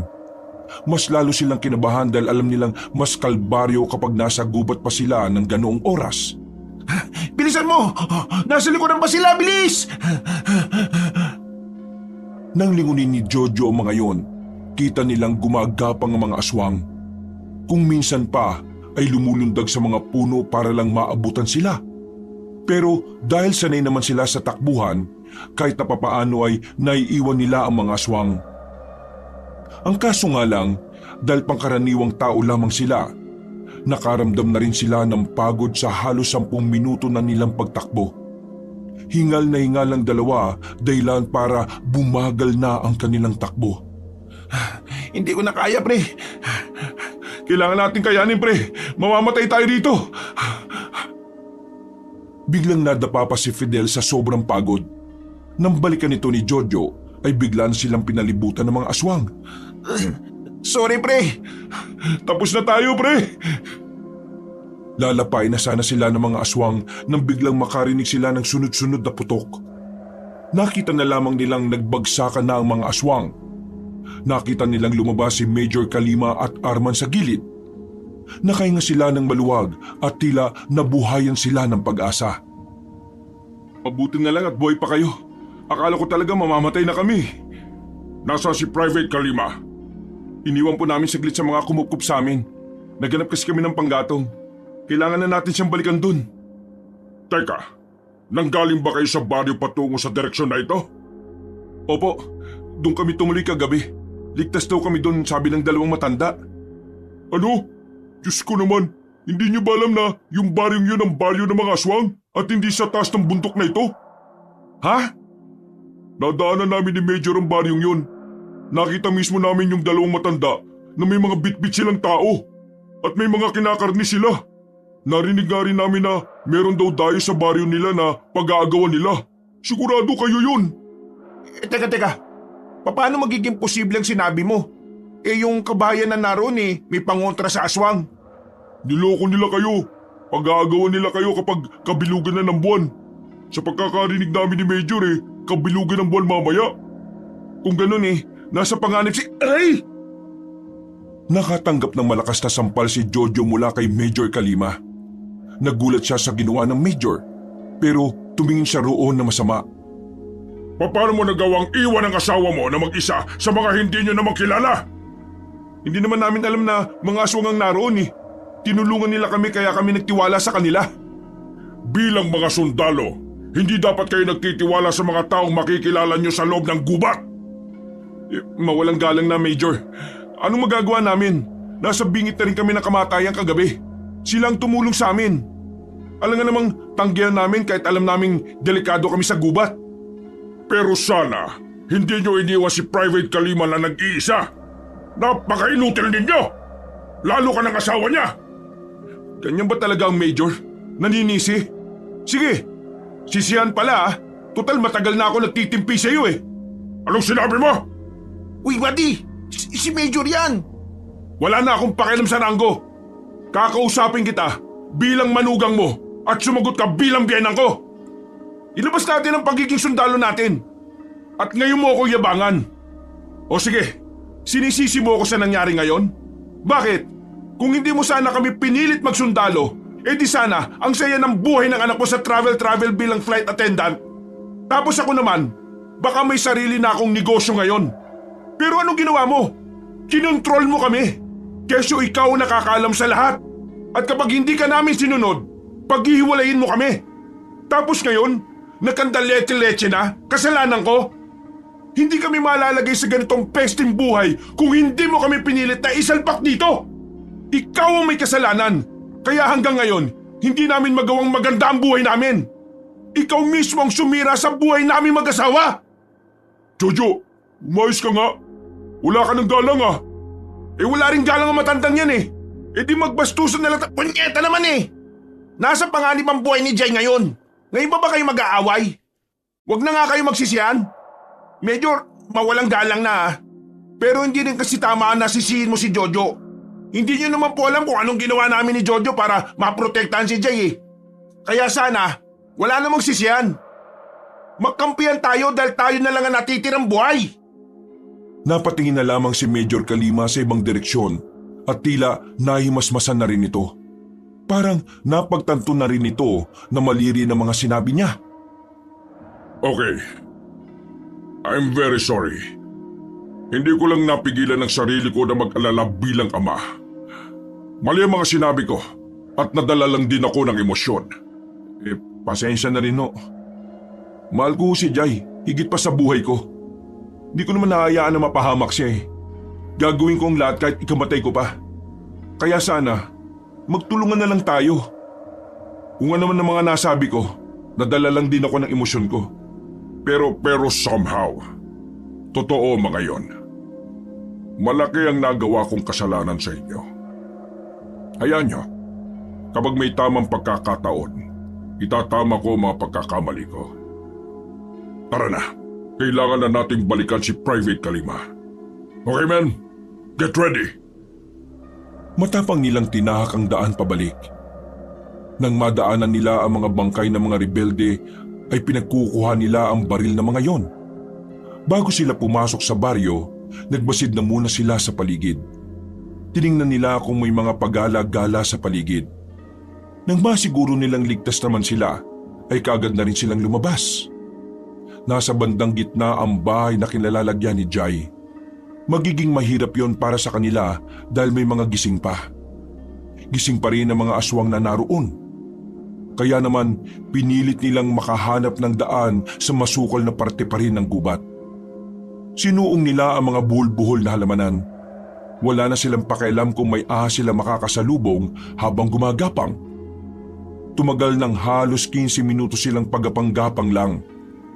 Nang matanong na nila ang bahay ni Aling Maria at Mang Densyo, pasimple nang lumapit si Jojo at Fidel. Bilisan na natin. May bintana sa likuran ng bahay. Yun ang bintana ng silid na pinagamit sa kanila. Umakyat si Jojo at Fidel doon. Sakto naman nakapapasok lang din ni Jai. Agad nilang sinarado ang pinto. Sinamantala nila ang pagkakataon habang nasa bakuran ng matandang mag-asawa. Shh! Kailangan na nating umalis dito. Ha? Bakit? Eh di ba, shh! Ang lakas ng boses mo. Jai, nakita na namin si Major at si Arman. Natuklasan nila na ang mga naririto ay mga aswang pala. Pag-aagawan nila tayo mamaya kapag sumilip na yung bilog na buwan. Ha? Ha? Hotdog? Halika na. Mamaya na kami magpapaliwanag. Sabay-sabay na silang lumabas ng bintana. Gumapang sila pabalik kina Major Kalima. Paalis na sana sila nang tila makaramdam sila Aling Maria. Nakita nilang dumungaw sa bintana ang mga yon at nagsalita pa. Densyo, mukhang natakasan tayo ng mga yan. Sinabi ko naman kasi sa'yo na una pa lang dapat itinali na natin. Nag-iisip ka ba? Eh di mas lalong nagkagulo. Alam mo naman na kapag tinrato natin silang bihag, aagawan tayo ng iba. Kaya nga sinabi ko mga kaibigan natin sila para hindi sila galawin. Ikaw tong tatanga-tanga na hindi nagbabantay Magkausap tayo sa labas. Ano magagawa ko? Sabihan mo na ang iba natin mga kasama na nakatakas yung tatlo. Hindi sila pwede makaalis. Wala tayong makakain mamaya. Nang marinig nila Jojo ang mga sinabing yun ng aswang, ay dali-dali na silang umalis. Nung mga sandaling yun, hindi na nila naisip ang kanilang tunay na pakay. Isinagtabi na muna nila ang kanilang misyon dahil ang pinakaunang dapat nilang gawin noon ay makaligtas. Habang tinatahak ang daan sa kagubatan, nakita nilang nagpakita na ang bilog at tila kulay dilaw na buwan. Kasunod nito ay nakarinig na rin sila ng malalakas na alulong na nagmumula sa baryo. Mula yun sa mga aswang na hindi naman nila alam kung ano ang ibig sabihin. Mukhang tinatawag na nilang iba nila mga kasamahan. Kailangan na natin magmadali. Dito sa gawing ito yata may ilog. Doon tayo dadaan. Move! Move! Nagmamadali silang tumakbo. Agad din naman nilang narating ang ilog. Ang kaso nga lang, masyadong malakas ang agos ng tubig. Alam agad nila na kapag sinubukan nila makatawid, tatangayin lamang sila. Doon! Tumbukin natin yon. Baka may mga batuan doon na pwede nating tawirin. Pagdating nila doon, maswerteng may nakita nga silang mga matataas na bato. Yun ang ginawa nilang tulay para makapunta sa kabilang banda. Nang naroon na sila, nakita nila ang mga aswang na nakasunod na rin. Mabilis silang nagtago sa mga batuhan. Major, mukhang naamoy nila tayo. Tingin ko, dahil yun sa sugat ko. Ano nangyari sa braso mo? Wala ito. Nakalmot siya ng aswang kanina. Walang magpapaputok ah. Titingnan muna natin kung lalapit sila sa ilog. Kapag oo, saka natin paputukan. Kayong dalawa, mauna kayong tumakbo kasama ni Private Kalima.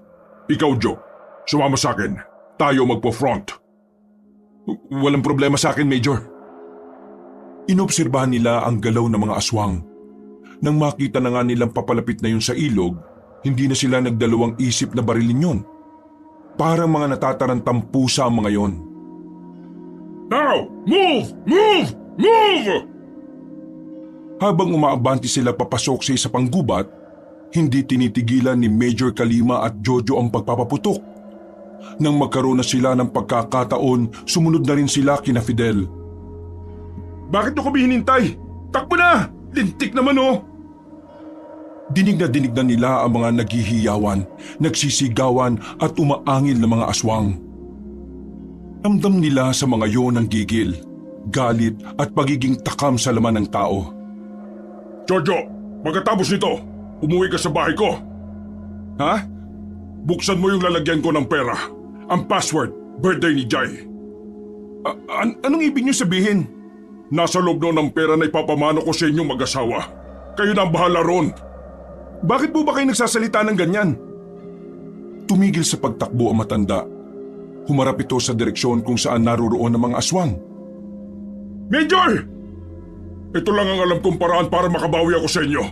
Takbo na! Iligtas niyo ang mga sarili ninyo! Abay, siraulo ba kayo?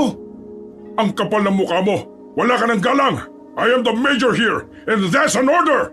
Leave! Pero, That's an order! kahit na ayaw iwanan ni Jojo ang kanyang biyenan, sinunod na lamang niya ang sinabi nito. Pero aalis na sana siya nang mapansin nilang tumigil sa pagsunod sa kanila ang mga aswang. Nakatayo na lang ang mga yon, hindi gumagalaw. Tumigil na rin ang pag-angil ng mga yon. Anong nangyayari, Major? Hindi ko alam, pero mukhang hindi na sila lalapit sa atin. Buti naman kung ganon. Tara, halika na! Sinamantala nilang hindi na kumikilos sa mga aswang. Nagmamadali na silang nakasunod kina Fidel. Tagumpay naman silang nakalayo sa mga nilalang. Pero isang malaking katanungan kung bakit sila hinayaan ng mga humahabol sa kanila. Mabuti naman at ligtas kayong dalawa. Akala ko kanina sabay na kayong mawawala sa akin eh. Ano ka ba? Anong pinag-iisip mo? Huwag kang makampante. Nakakapagtaka na bigla na lang silang tumigil sa paghabol sa atin. Tumigil sila? Bakit? Yun nga ang hindi namin maintindihan eh. Hindi kaya may kakaiba rito sa gubat na ito? Sandali silang napaisip sa sinabi niyo ni Fidel. Sa hindi malamang dahilan, nakaramdam na naman ng kung anong kaba si Jojo. Pakiramdam niya kasi hindi pa rin sila ligtas hanggang sa mga sandaling yon. Major, ano nang gagawin natin ngayon? Paubos na mga bala natin. Kapag napasabak pa tayo ulit sa mga aswang, siguradong ubos na ito. Kung sakali mang mangyari yan, wala tayong ibang magagawa kundi lumaban hanggang kamatayan. Pambihira, hindi ko inaasahan na hahantong sa ganitong misyon na ito. Kung nakinig lang sana ako sa inyo, di sana'y hindi tayo nandito sa ganitong kalagayan. Wala namang mangyayari kung magsisisihan tayo. Ang isipin natin ngayon, makahanap tayo ng daan palayo rito. Isang malalim na paghinga na lamang ang nagawa ni Major Kalima. Ipinagpatuloy na lamang nila ang paglalakbay. Mga ilang sandali pa, nakakita sila ng kubo-kubo. Nang masigurong wala namang nakatira doon, nagpasya silang magpahinga na muna. Magkahalong gutom at pagod na lamang ang kanilang nararamdaman. Magpahinga na muna tayo, Major. Kami na muna ang balang magbantay dito. Sige, matutulog din muna ako. Dito ka lang. Yung mag-ama lang ang magpapahinga. Parte ka ba ng pamilya? Hindi naman, di ba? Inaantok na nga rin ako eh. Abayaan mo na nga yan. Naiwan ang dalawa sa labas. Hindi nila binitiwan ang kanilang baril. Palingon-lingon sa paligid para magbantay. Naawa ko sa iba natin mga kasama. Naunahan kasi tayo ng mga rebelde eh. Tapos ngayon, nasa ganitong kalagayan pa tayo. Langya pre, ito na yata ang pinakamahirap na misyon na tinanggap natin.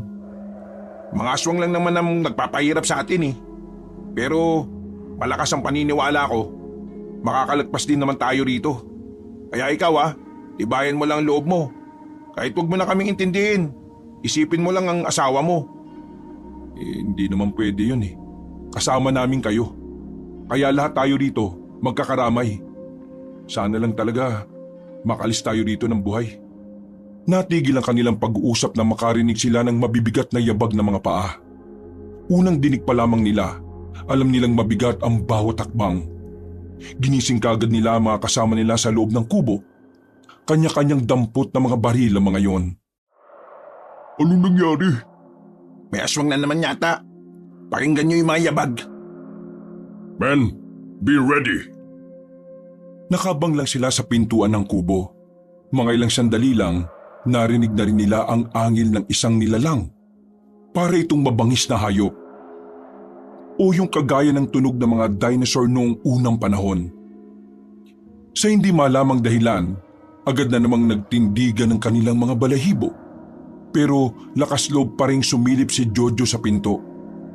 Nanlalaki ang mga mata niya nang makita nila ulit ang nakakatakot na nilalang. Ang halimaw na una na nilang nakita ni Fidel. Fidel, yung halimaw! Laking gulat na lamang nila nang biglang tumagos ang kamay ng aswang at nahablot nito si Arman. Hinila yung palabas. Nawasak ang dingding ng kubo. Paglabas nila, naggulat sila sa kanilang dinatnan. Matangkad ang nilalang. Malayong malayo na sa itsura ng pagiging tao. Wala silang sinayang na segundo. Pinaulanan nila ng bala ang aswang na yon. Niratrat nila ng bala hanggang sa tuluyan hanggang maubos ang kanilang bala. Pero nawindang na lamang sila nang makitang tila hindi naman tinatabla ng aswang. Bumaon lang ang mga bala sa katawan nito pero wala namang nangyari. Nagalit ang aswang sa kanila. Tinapik nito ng malakas si Arman. Tumilapon ng lalaki at tumama sa dingding ng kubo. Sinubukan nilang palagan ng aswang kahit kamao na lang ang gamit nila. Pero di hamak na mas malakas talaga sa kanila ang aswang na yon.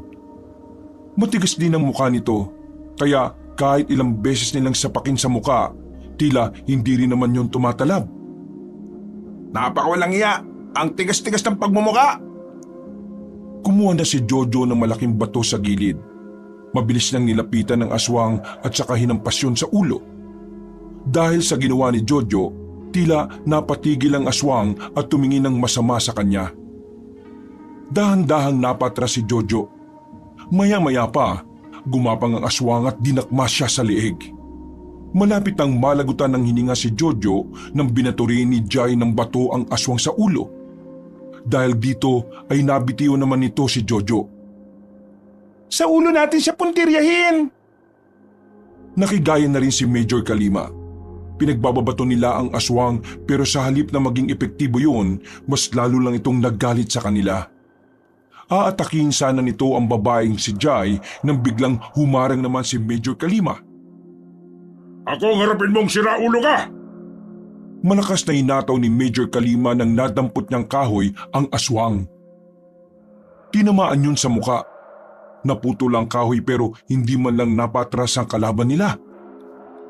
Biglang hinawakan sa kwelyo ang matanda at saka binalibag sa gilid. Hindi naman na nagsayang din ng pagkakataon si Fidel. Kinuha niya ang baril niyang wala ng bala.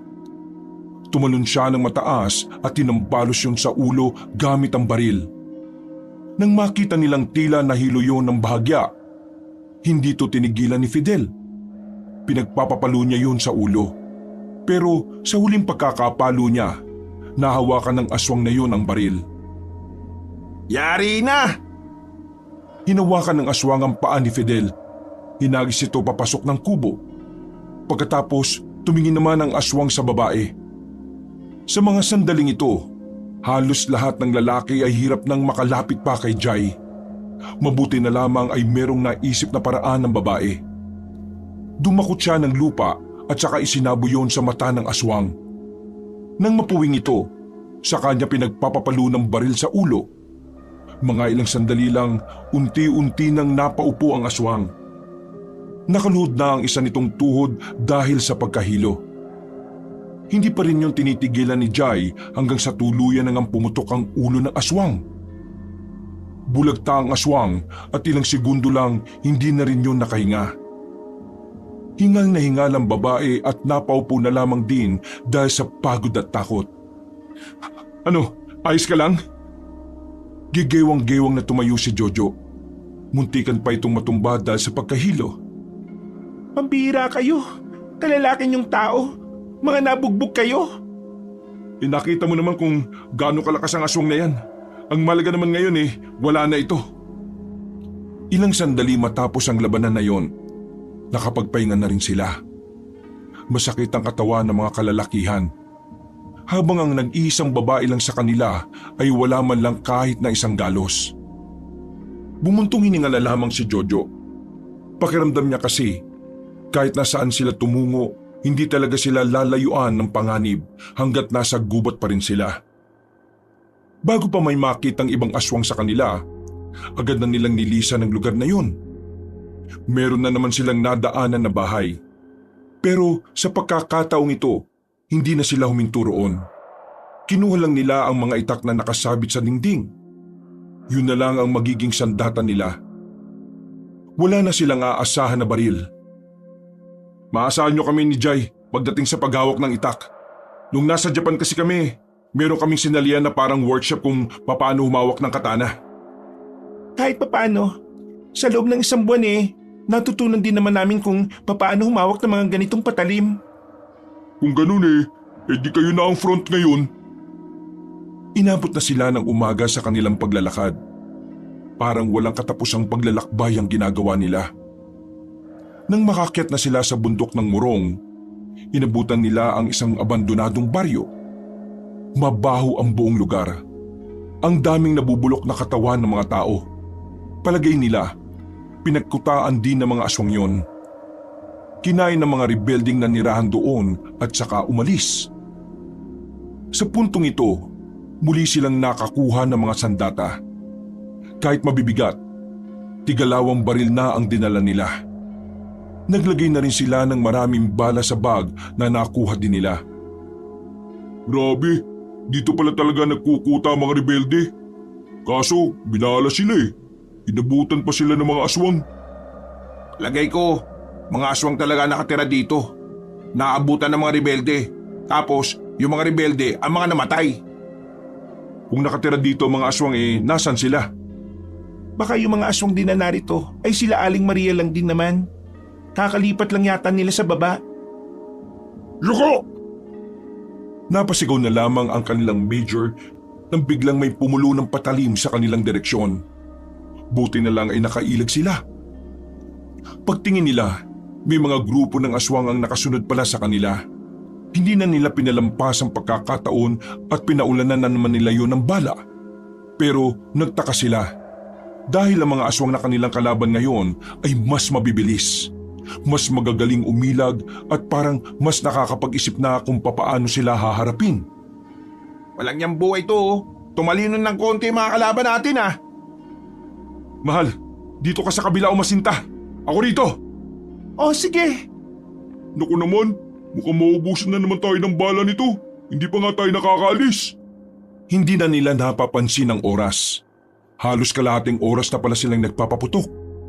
Pero napapansin nilang parang unti-unti nang nakakalapit sa kanila ang mga aswang. Wala na akong bala. Wala na tayong choice. Mano-mano na to. Mahal, sabayan mo ko.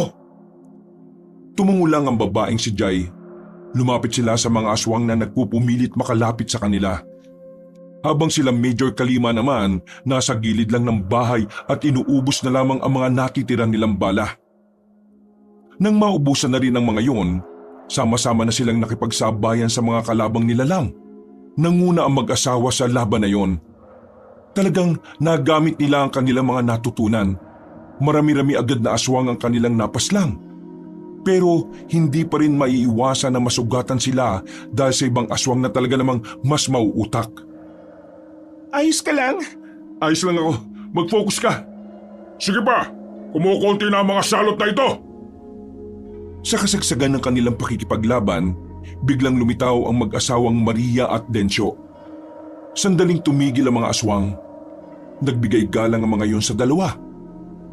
Doon pa lang, naintindihan na nilang ang dalawa talaga ang tinuturing na pinuno ng mga aswang. Ano nga kaala ninyo? Magagawa niyong takasan na kapalaran na kayo mismo ang gumawa? Nagkakamali kayo! Dahil lahat ng umapag sa bundok Morong ay hindi na kailanman nakaalis. Dito na kayo mamamatay! Walang niya ka, matanda ka. Kunwari ka lang pala mabait. Ikaw palang pasimulo na kahayupan sa kagubatan na ito. Hindi ko nakasalanan kung madali kayong mauto. Yan kasi ang kahinaan ng mga tao. Kapag walang-wala, ang daling magtiwala. Kaya maraming tao namamatay ng wala sa oras. Kasi mas ginagamit ang damdamin kaysa sa utak. Nagtiwala kami sa inyo dahil naramdaman namin mabuti kayong tao. Pero paano nyo nagagawa ito sa amin? Inutil kang babae ka. Malamang hindi ko naman kayo kaano-ano. Sino ba kayo? Magdanda ka sa pananalita mo, matanda ka. Baka hilahin ko yung dila mo at ipulupot ko sa leeg mo. Hey! ikaw matanda ka rin. Magdanda ka rin sa sinasabi mo. Baka nakakalimutan mong napapalibutan namin kayo. Wala akong pakialam kahit ilan pa kayong nakapalibot sa amin.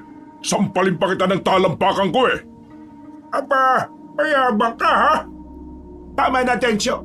Kahit ano pa man ang kanilang sabihin, mamamatay na rin naman sila ngayong gabi. Kaya huwag ka na magsayang ng laway sa mga wala na rin magagawa, kundi ang sumigaw at tumiyak habang nilalapan natin silang lahat. Ang dami niyong satsat. Kung talagang matatapang kayo, sige na, lumapit na kayo. Matatabang kayo, di ba? O eto, saluin nyo! Dinukot na ni Fidel at Arman ang mga granadang nakuha nila sa gamit ng mga rebelde. Isa-isa nilang pinag-aagis sa mga granadang yon sa mga aswang. Sa dami ng nahagis nila, walang nagawa ang mga tauhan ni Aling Maria at ni Mang Densyo. Nagtalsika ng mga yon. Nagkandalasog-lasog ang katawan.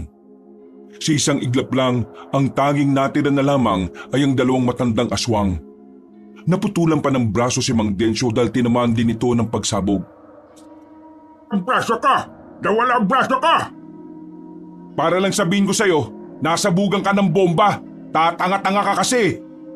Ano pa hinihintay ninyo? Paslangin ang mga yan! Hindi na nagatubili pa ang mga yon. Nilapitan na nila si Aling Maria at Mang Densyo. Tinaga agad ni Jojo si Mang Densyo bago pa ito makapagpalit ng kanyang anyo. Walang nagawa si Mang Densyo. Nauna na itong mamatay kumpara sa kanyang asawa. Tiya! Tumalon si Aling Maria patungo sa ibabaw ng puno. Galit na galit itong sinimula ng kanyang pagpapalit ng anyo. Mga walang hiya kayong tao! Pagbabayaran niyo mga ginawa niyo sa mga aswang! Lalong-lalo na sa aking asawa! Tuluyan ang nagbagong anyo na matandang si Maria. Nagngangalit ang kalooban nitong ibinuka ang malapad na pakpak. Lumipad ito patungo sa kanila. Una nitong pinuntirya si Jai. Muntikan na nitong mahagip ang babae. Mabuti na lamang ay naroon si Jojo. Tinaga ni Jojo ang kamay ng matandang babae. Sirit agad ang dugo na matanda. Pero parang hindi nito ininda ang tinamo nitong sugat. Parang wala lang yon sa matandang babae kaya naka-atake ito kaagad. Nilapitan naman ito si Major Kalima. Akmang dadagitin ito ang matandang lalaki pero si Jai naman ang dumipensa. Inabot ng babae ang bandang hita ni Aling Maria. Tinamaan niya yon na naging dahilan para magpagewang-gewang yon sa paglipad. Baka ng patas! Hindi yung palipad-lipad ka dyan! Baliw ka ba? 5 kayo, ako lang mag-isa. Inutil na nga ang asawa ko, pinatay niyo pa! Ano naman kung 5 kami? Kanina nga ang dami nyo, nagreklamo ba kami? Sira din pala utak mo, manang eh. Hindi ko kayo mapapatawad! Papaslangin ko kayo! Papaslangin ko kayo! Nabigla sila nang makitang nagbago ulit ang anyo na matanda. Humabang leg nito ng bahagya. Lumabas ang malalaking muscle ng katawan. Para bang naging katawan nito ng isang binatang lalaki. At ang ulo naman nito ay parang naging kambing na pabilog ang sungay. Humaba rin ang mga kuko. Nagkaroon din ng buntot na parang gaya ng isa-isang kabayo.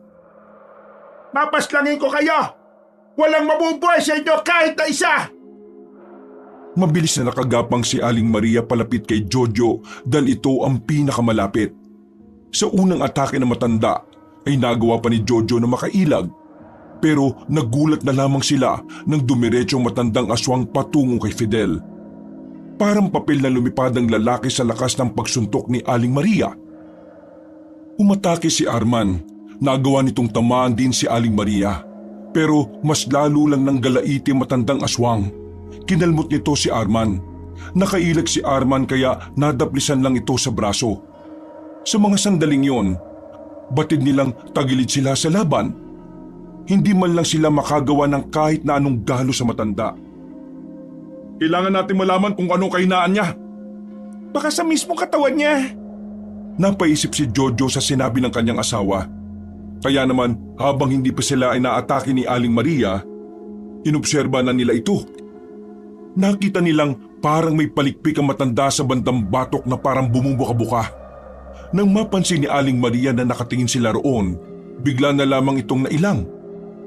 Mahal ko, Naisip mo na ba ang naiisip ko? Oo, kaya maganda ka na. Kung ano man ang binabalak ninyo, hindi niyo magagawa sa akin yan! Editing na natin.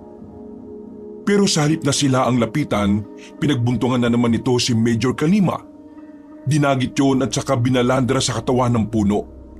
Nasa aktong papaslangin na nito ang matandang sundalo, mabuti na lamang ay agad namang nakailag si Major. Sinamantala na ng mag-asawa ang pagkakataon. Sabay silang tumakbo palapit kay Aling Maria. Tapos ka na matanda ka! Naunang tumalon palapit si Jojo. Nahawakan siya ni Aling Maria sa leeg. Pero ang hindi alam na matandang babae, may iba pala silang plano. Tinusok ni Jai si Aling Maria sa pagitan ng dalawang hita nito. Dahil doon, nabitiwan naman ni Aling Maria si Jojo. Nagkaroon ng pagkakataon si Jojo na magpunta sa likuran ng matanda. Habang si Jai naman, sinamantala niyang namimilipit pa sa sakit ang matandang aswang. Tinusok ni Jai sa mata ang aswang habang si Jojo naman ginawa ang makakaya niya para matusok naman niya ang tila maliit na butas sa batok na may parang palikpik. Nang magawa na yun ni Jojo, agad na nakita nila ang epekto nito. Napadistansya agad si Aling Maria. Pilit nitong tinanggal ang itak na nakatusok sa kanyang batok. Pagewang-gewang ang lakad nito. Akala niyo matatalo niyo ako dito? Mga hangal! Kahit na kailan, hindi mananalo ang mga pangkaraniwang tao lang na kagaya ninyo laban sa akin! Muling ibinuka ng matandang si Maria ang kanyang malapad na pakpak. Akmang lilipad na ito. Pero hindi pa nakakaangat masyado ay agad itong bumagsak. Aling Maria, pasensya ka na. Pero tingin ko, hanggang dito na lang ang kasamaan mo. Hindi maaari! Hindi ako papayag na mga katulad niyo lang ang... Sunod-sunod na sumuka ng dugo si Aling Maria. At kahit nahihirapan na itong tumayo, pinipilit pa rin itong makabangon. Mga ilang sandali lang, ibinuhos nito ang natitira nitong lakas para atakihin si Jojo. Pero bago ito makakapit, tinagana ni Jai ang batok na matanda na naging dahilan para tuluyan na itong bumagsak sa lupa. Kailangan niyo na pong magpahinga. Tumagal pa ng halos 30 segundo, kalaunan ay tuluyan na itong nalagutan ng hininga. Natalo nila ang lahat ng aswang. At sa mga sandaling yon ay nakahinga na rin sila ng maluwag. Iika-ika mga kasama nila nang magyakap-yakap sila. Matapos ang sandaling yon, inumaga na silang nakaalis. Lantang gulay na sila nang makahingi sila ng tulong sa mga naghahatid ng gulay. Naisakay sila ng truck at nadala sila sa pamilihan. Doon ay nagawa na rin nilang makakontak ng mas nakatataas sa kanila. Binalita nila ang nangyari tungkol sa mga rebelde. Pinalabas na lamang nila na ang mga nakalaban nila ay ang mga taong tinutugis nila. At hindi ang mga aswang na hindi nila inaakalang totoo pala. Alam kasi ni Major Kalima na kapag yun ang sinabi nilang dahilan, maaari silang pag-isipan ng kung ano-ano. Malalagay din sila sa alanganin. Sigurado kasing hindi maniniwala ang iba sa kanila. Tama lang ang ginawang desisyon ni Major. Ang mahalaga, wala na rin naman ang mga rebelde. Nakakainayang lang kasi, mga rebelde din naman ang nakapas lang sa mga kasamahan natin. Ipagdasal na lang natin sila na sana nasa langit na sila ngayon. Sana, wala nang aswang sa bundok na yun. Napakadelikado nila. Mabuti na lang at nagawa natin ng paraan. Nasa loob sila ng isang truck habang nasa kampo na sila. Hinihintay nilang makabalik si Jai at Major Kalima. Totoo nga na sa laki ng gubat dito sa bansa natin, may mga hindi pa tayo natutuklasan. Sa totoo lang, nagiging interesado na rin ako sa mga aswang eh. Iniisip ko, meron din kaya nun sa ibang probinsya? Ay nako, wag mo nang alamin. Kita mo naman kung paano naging kadelikado yung nangyari sa atin, di ba? Ang mahalaga na lang sa ngayon, ligtas na tayo. Magiging mas okay na rin ang buhay nyo ni Kumare. Ano na nga pala ang balak nyo pagkatapos nito? Hindi na ba kayo tutuloy sa pagiging sundalo? Napabuntong hininga na lamang si Jojo. Ngumiti siya ng malapad. Nag-usap kami ni Jai kanina. Napagkasundan namin na siya, mag-iiba na siya ng trabaho. Ako naman, tutuloy pa rin ako. Ngayon ko lang kasi napagtanto na masarap pala sa pakiramdam ang magsilbi sa bayan. Masarap talaga. Basta wag lang biglang may darating ng mga aswang sa eksena, no? Natawa na lamang ang tatlo sa kanilang pinag-uusapan. Mga ilang sandali pa, nakabalik na rin ang mag-ama. Nalaman nilang sa mga susunod ng araw, hindi natutuloy ang babae sa serbisyo. Masyado rin kasing na-trauma si Jai kahit na kinaya naman niya ang lahat ng nangyari. Jojo, mauna na kayo sa bahay. May kailangan pa akong asikasuhin dito. Alam niyo naman, kailangan kong gumawa ng mas matibay na salaysay para maniwala sila mga rebelde lang talaga ang nakalaban natin. Sir, yes sir! Uy, dalawa lang sila sa bahay. Huhuy. Mag-aanuan yan, no? Ano naman kung gumawa ng bata mga yan? Kasal na yan, no? Uy, sir, joke lang naman po. Kayo kasi, magseryoso na rin kayo sa mga babae para naman makabuo na rin kayo ng pamilya. Oo nga, hindi yung puro na lang kayo short-time relationship. O sige na, mauna na muna kami ni Jai para makapagpahinga na rin siya. Naglakad na rin ang dalawa palapit sa service nilang sasakyan. Pag-uwi nila sa bahay, pinagsaluhan nga nila ang kanilang pagmamahalan. Mula noon, hindi na muli pa silang nakaengkwentro ng mga aswang. Naging veterano at bihasa na rin si Jojo sa pagiging sundalo. Pero sa dami ng taon niya sa serbisyo, ni isang aswang ay wala na rin silang nakita o nabalitaan man lang. Ganun pa man, hindi pa rin nila inaalis sa kanilang isip na baka dumating ang araw, muli nilang makaharap ang iba pang aswang na hindi pa nila natutuklasan. Sa ngayon, nagpapakasaya na sila sa kanilang buhay na hindi na kailangan pang mabahala sa banta ng mga salot na nilalang. Wakas,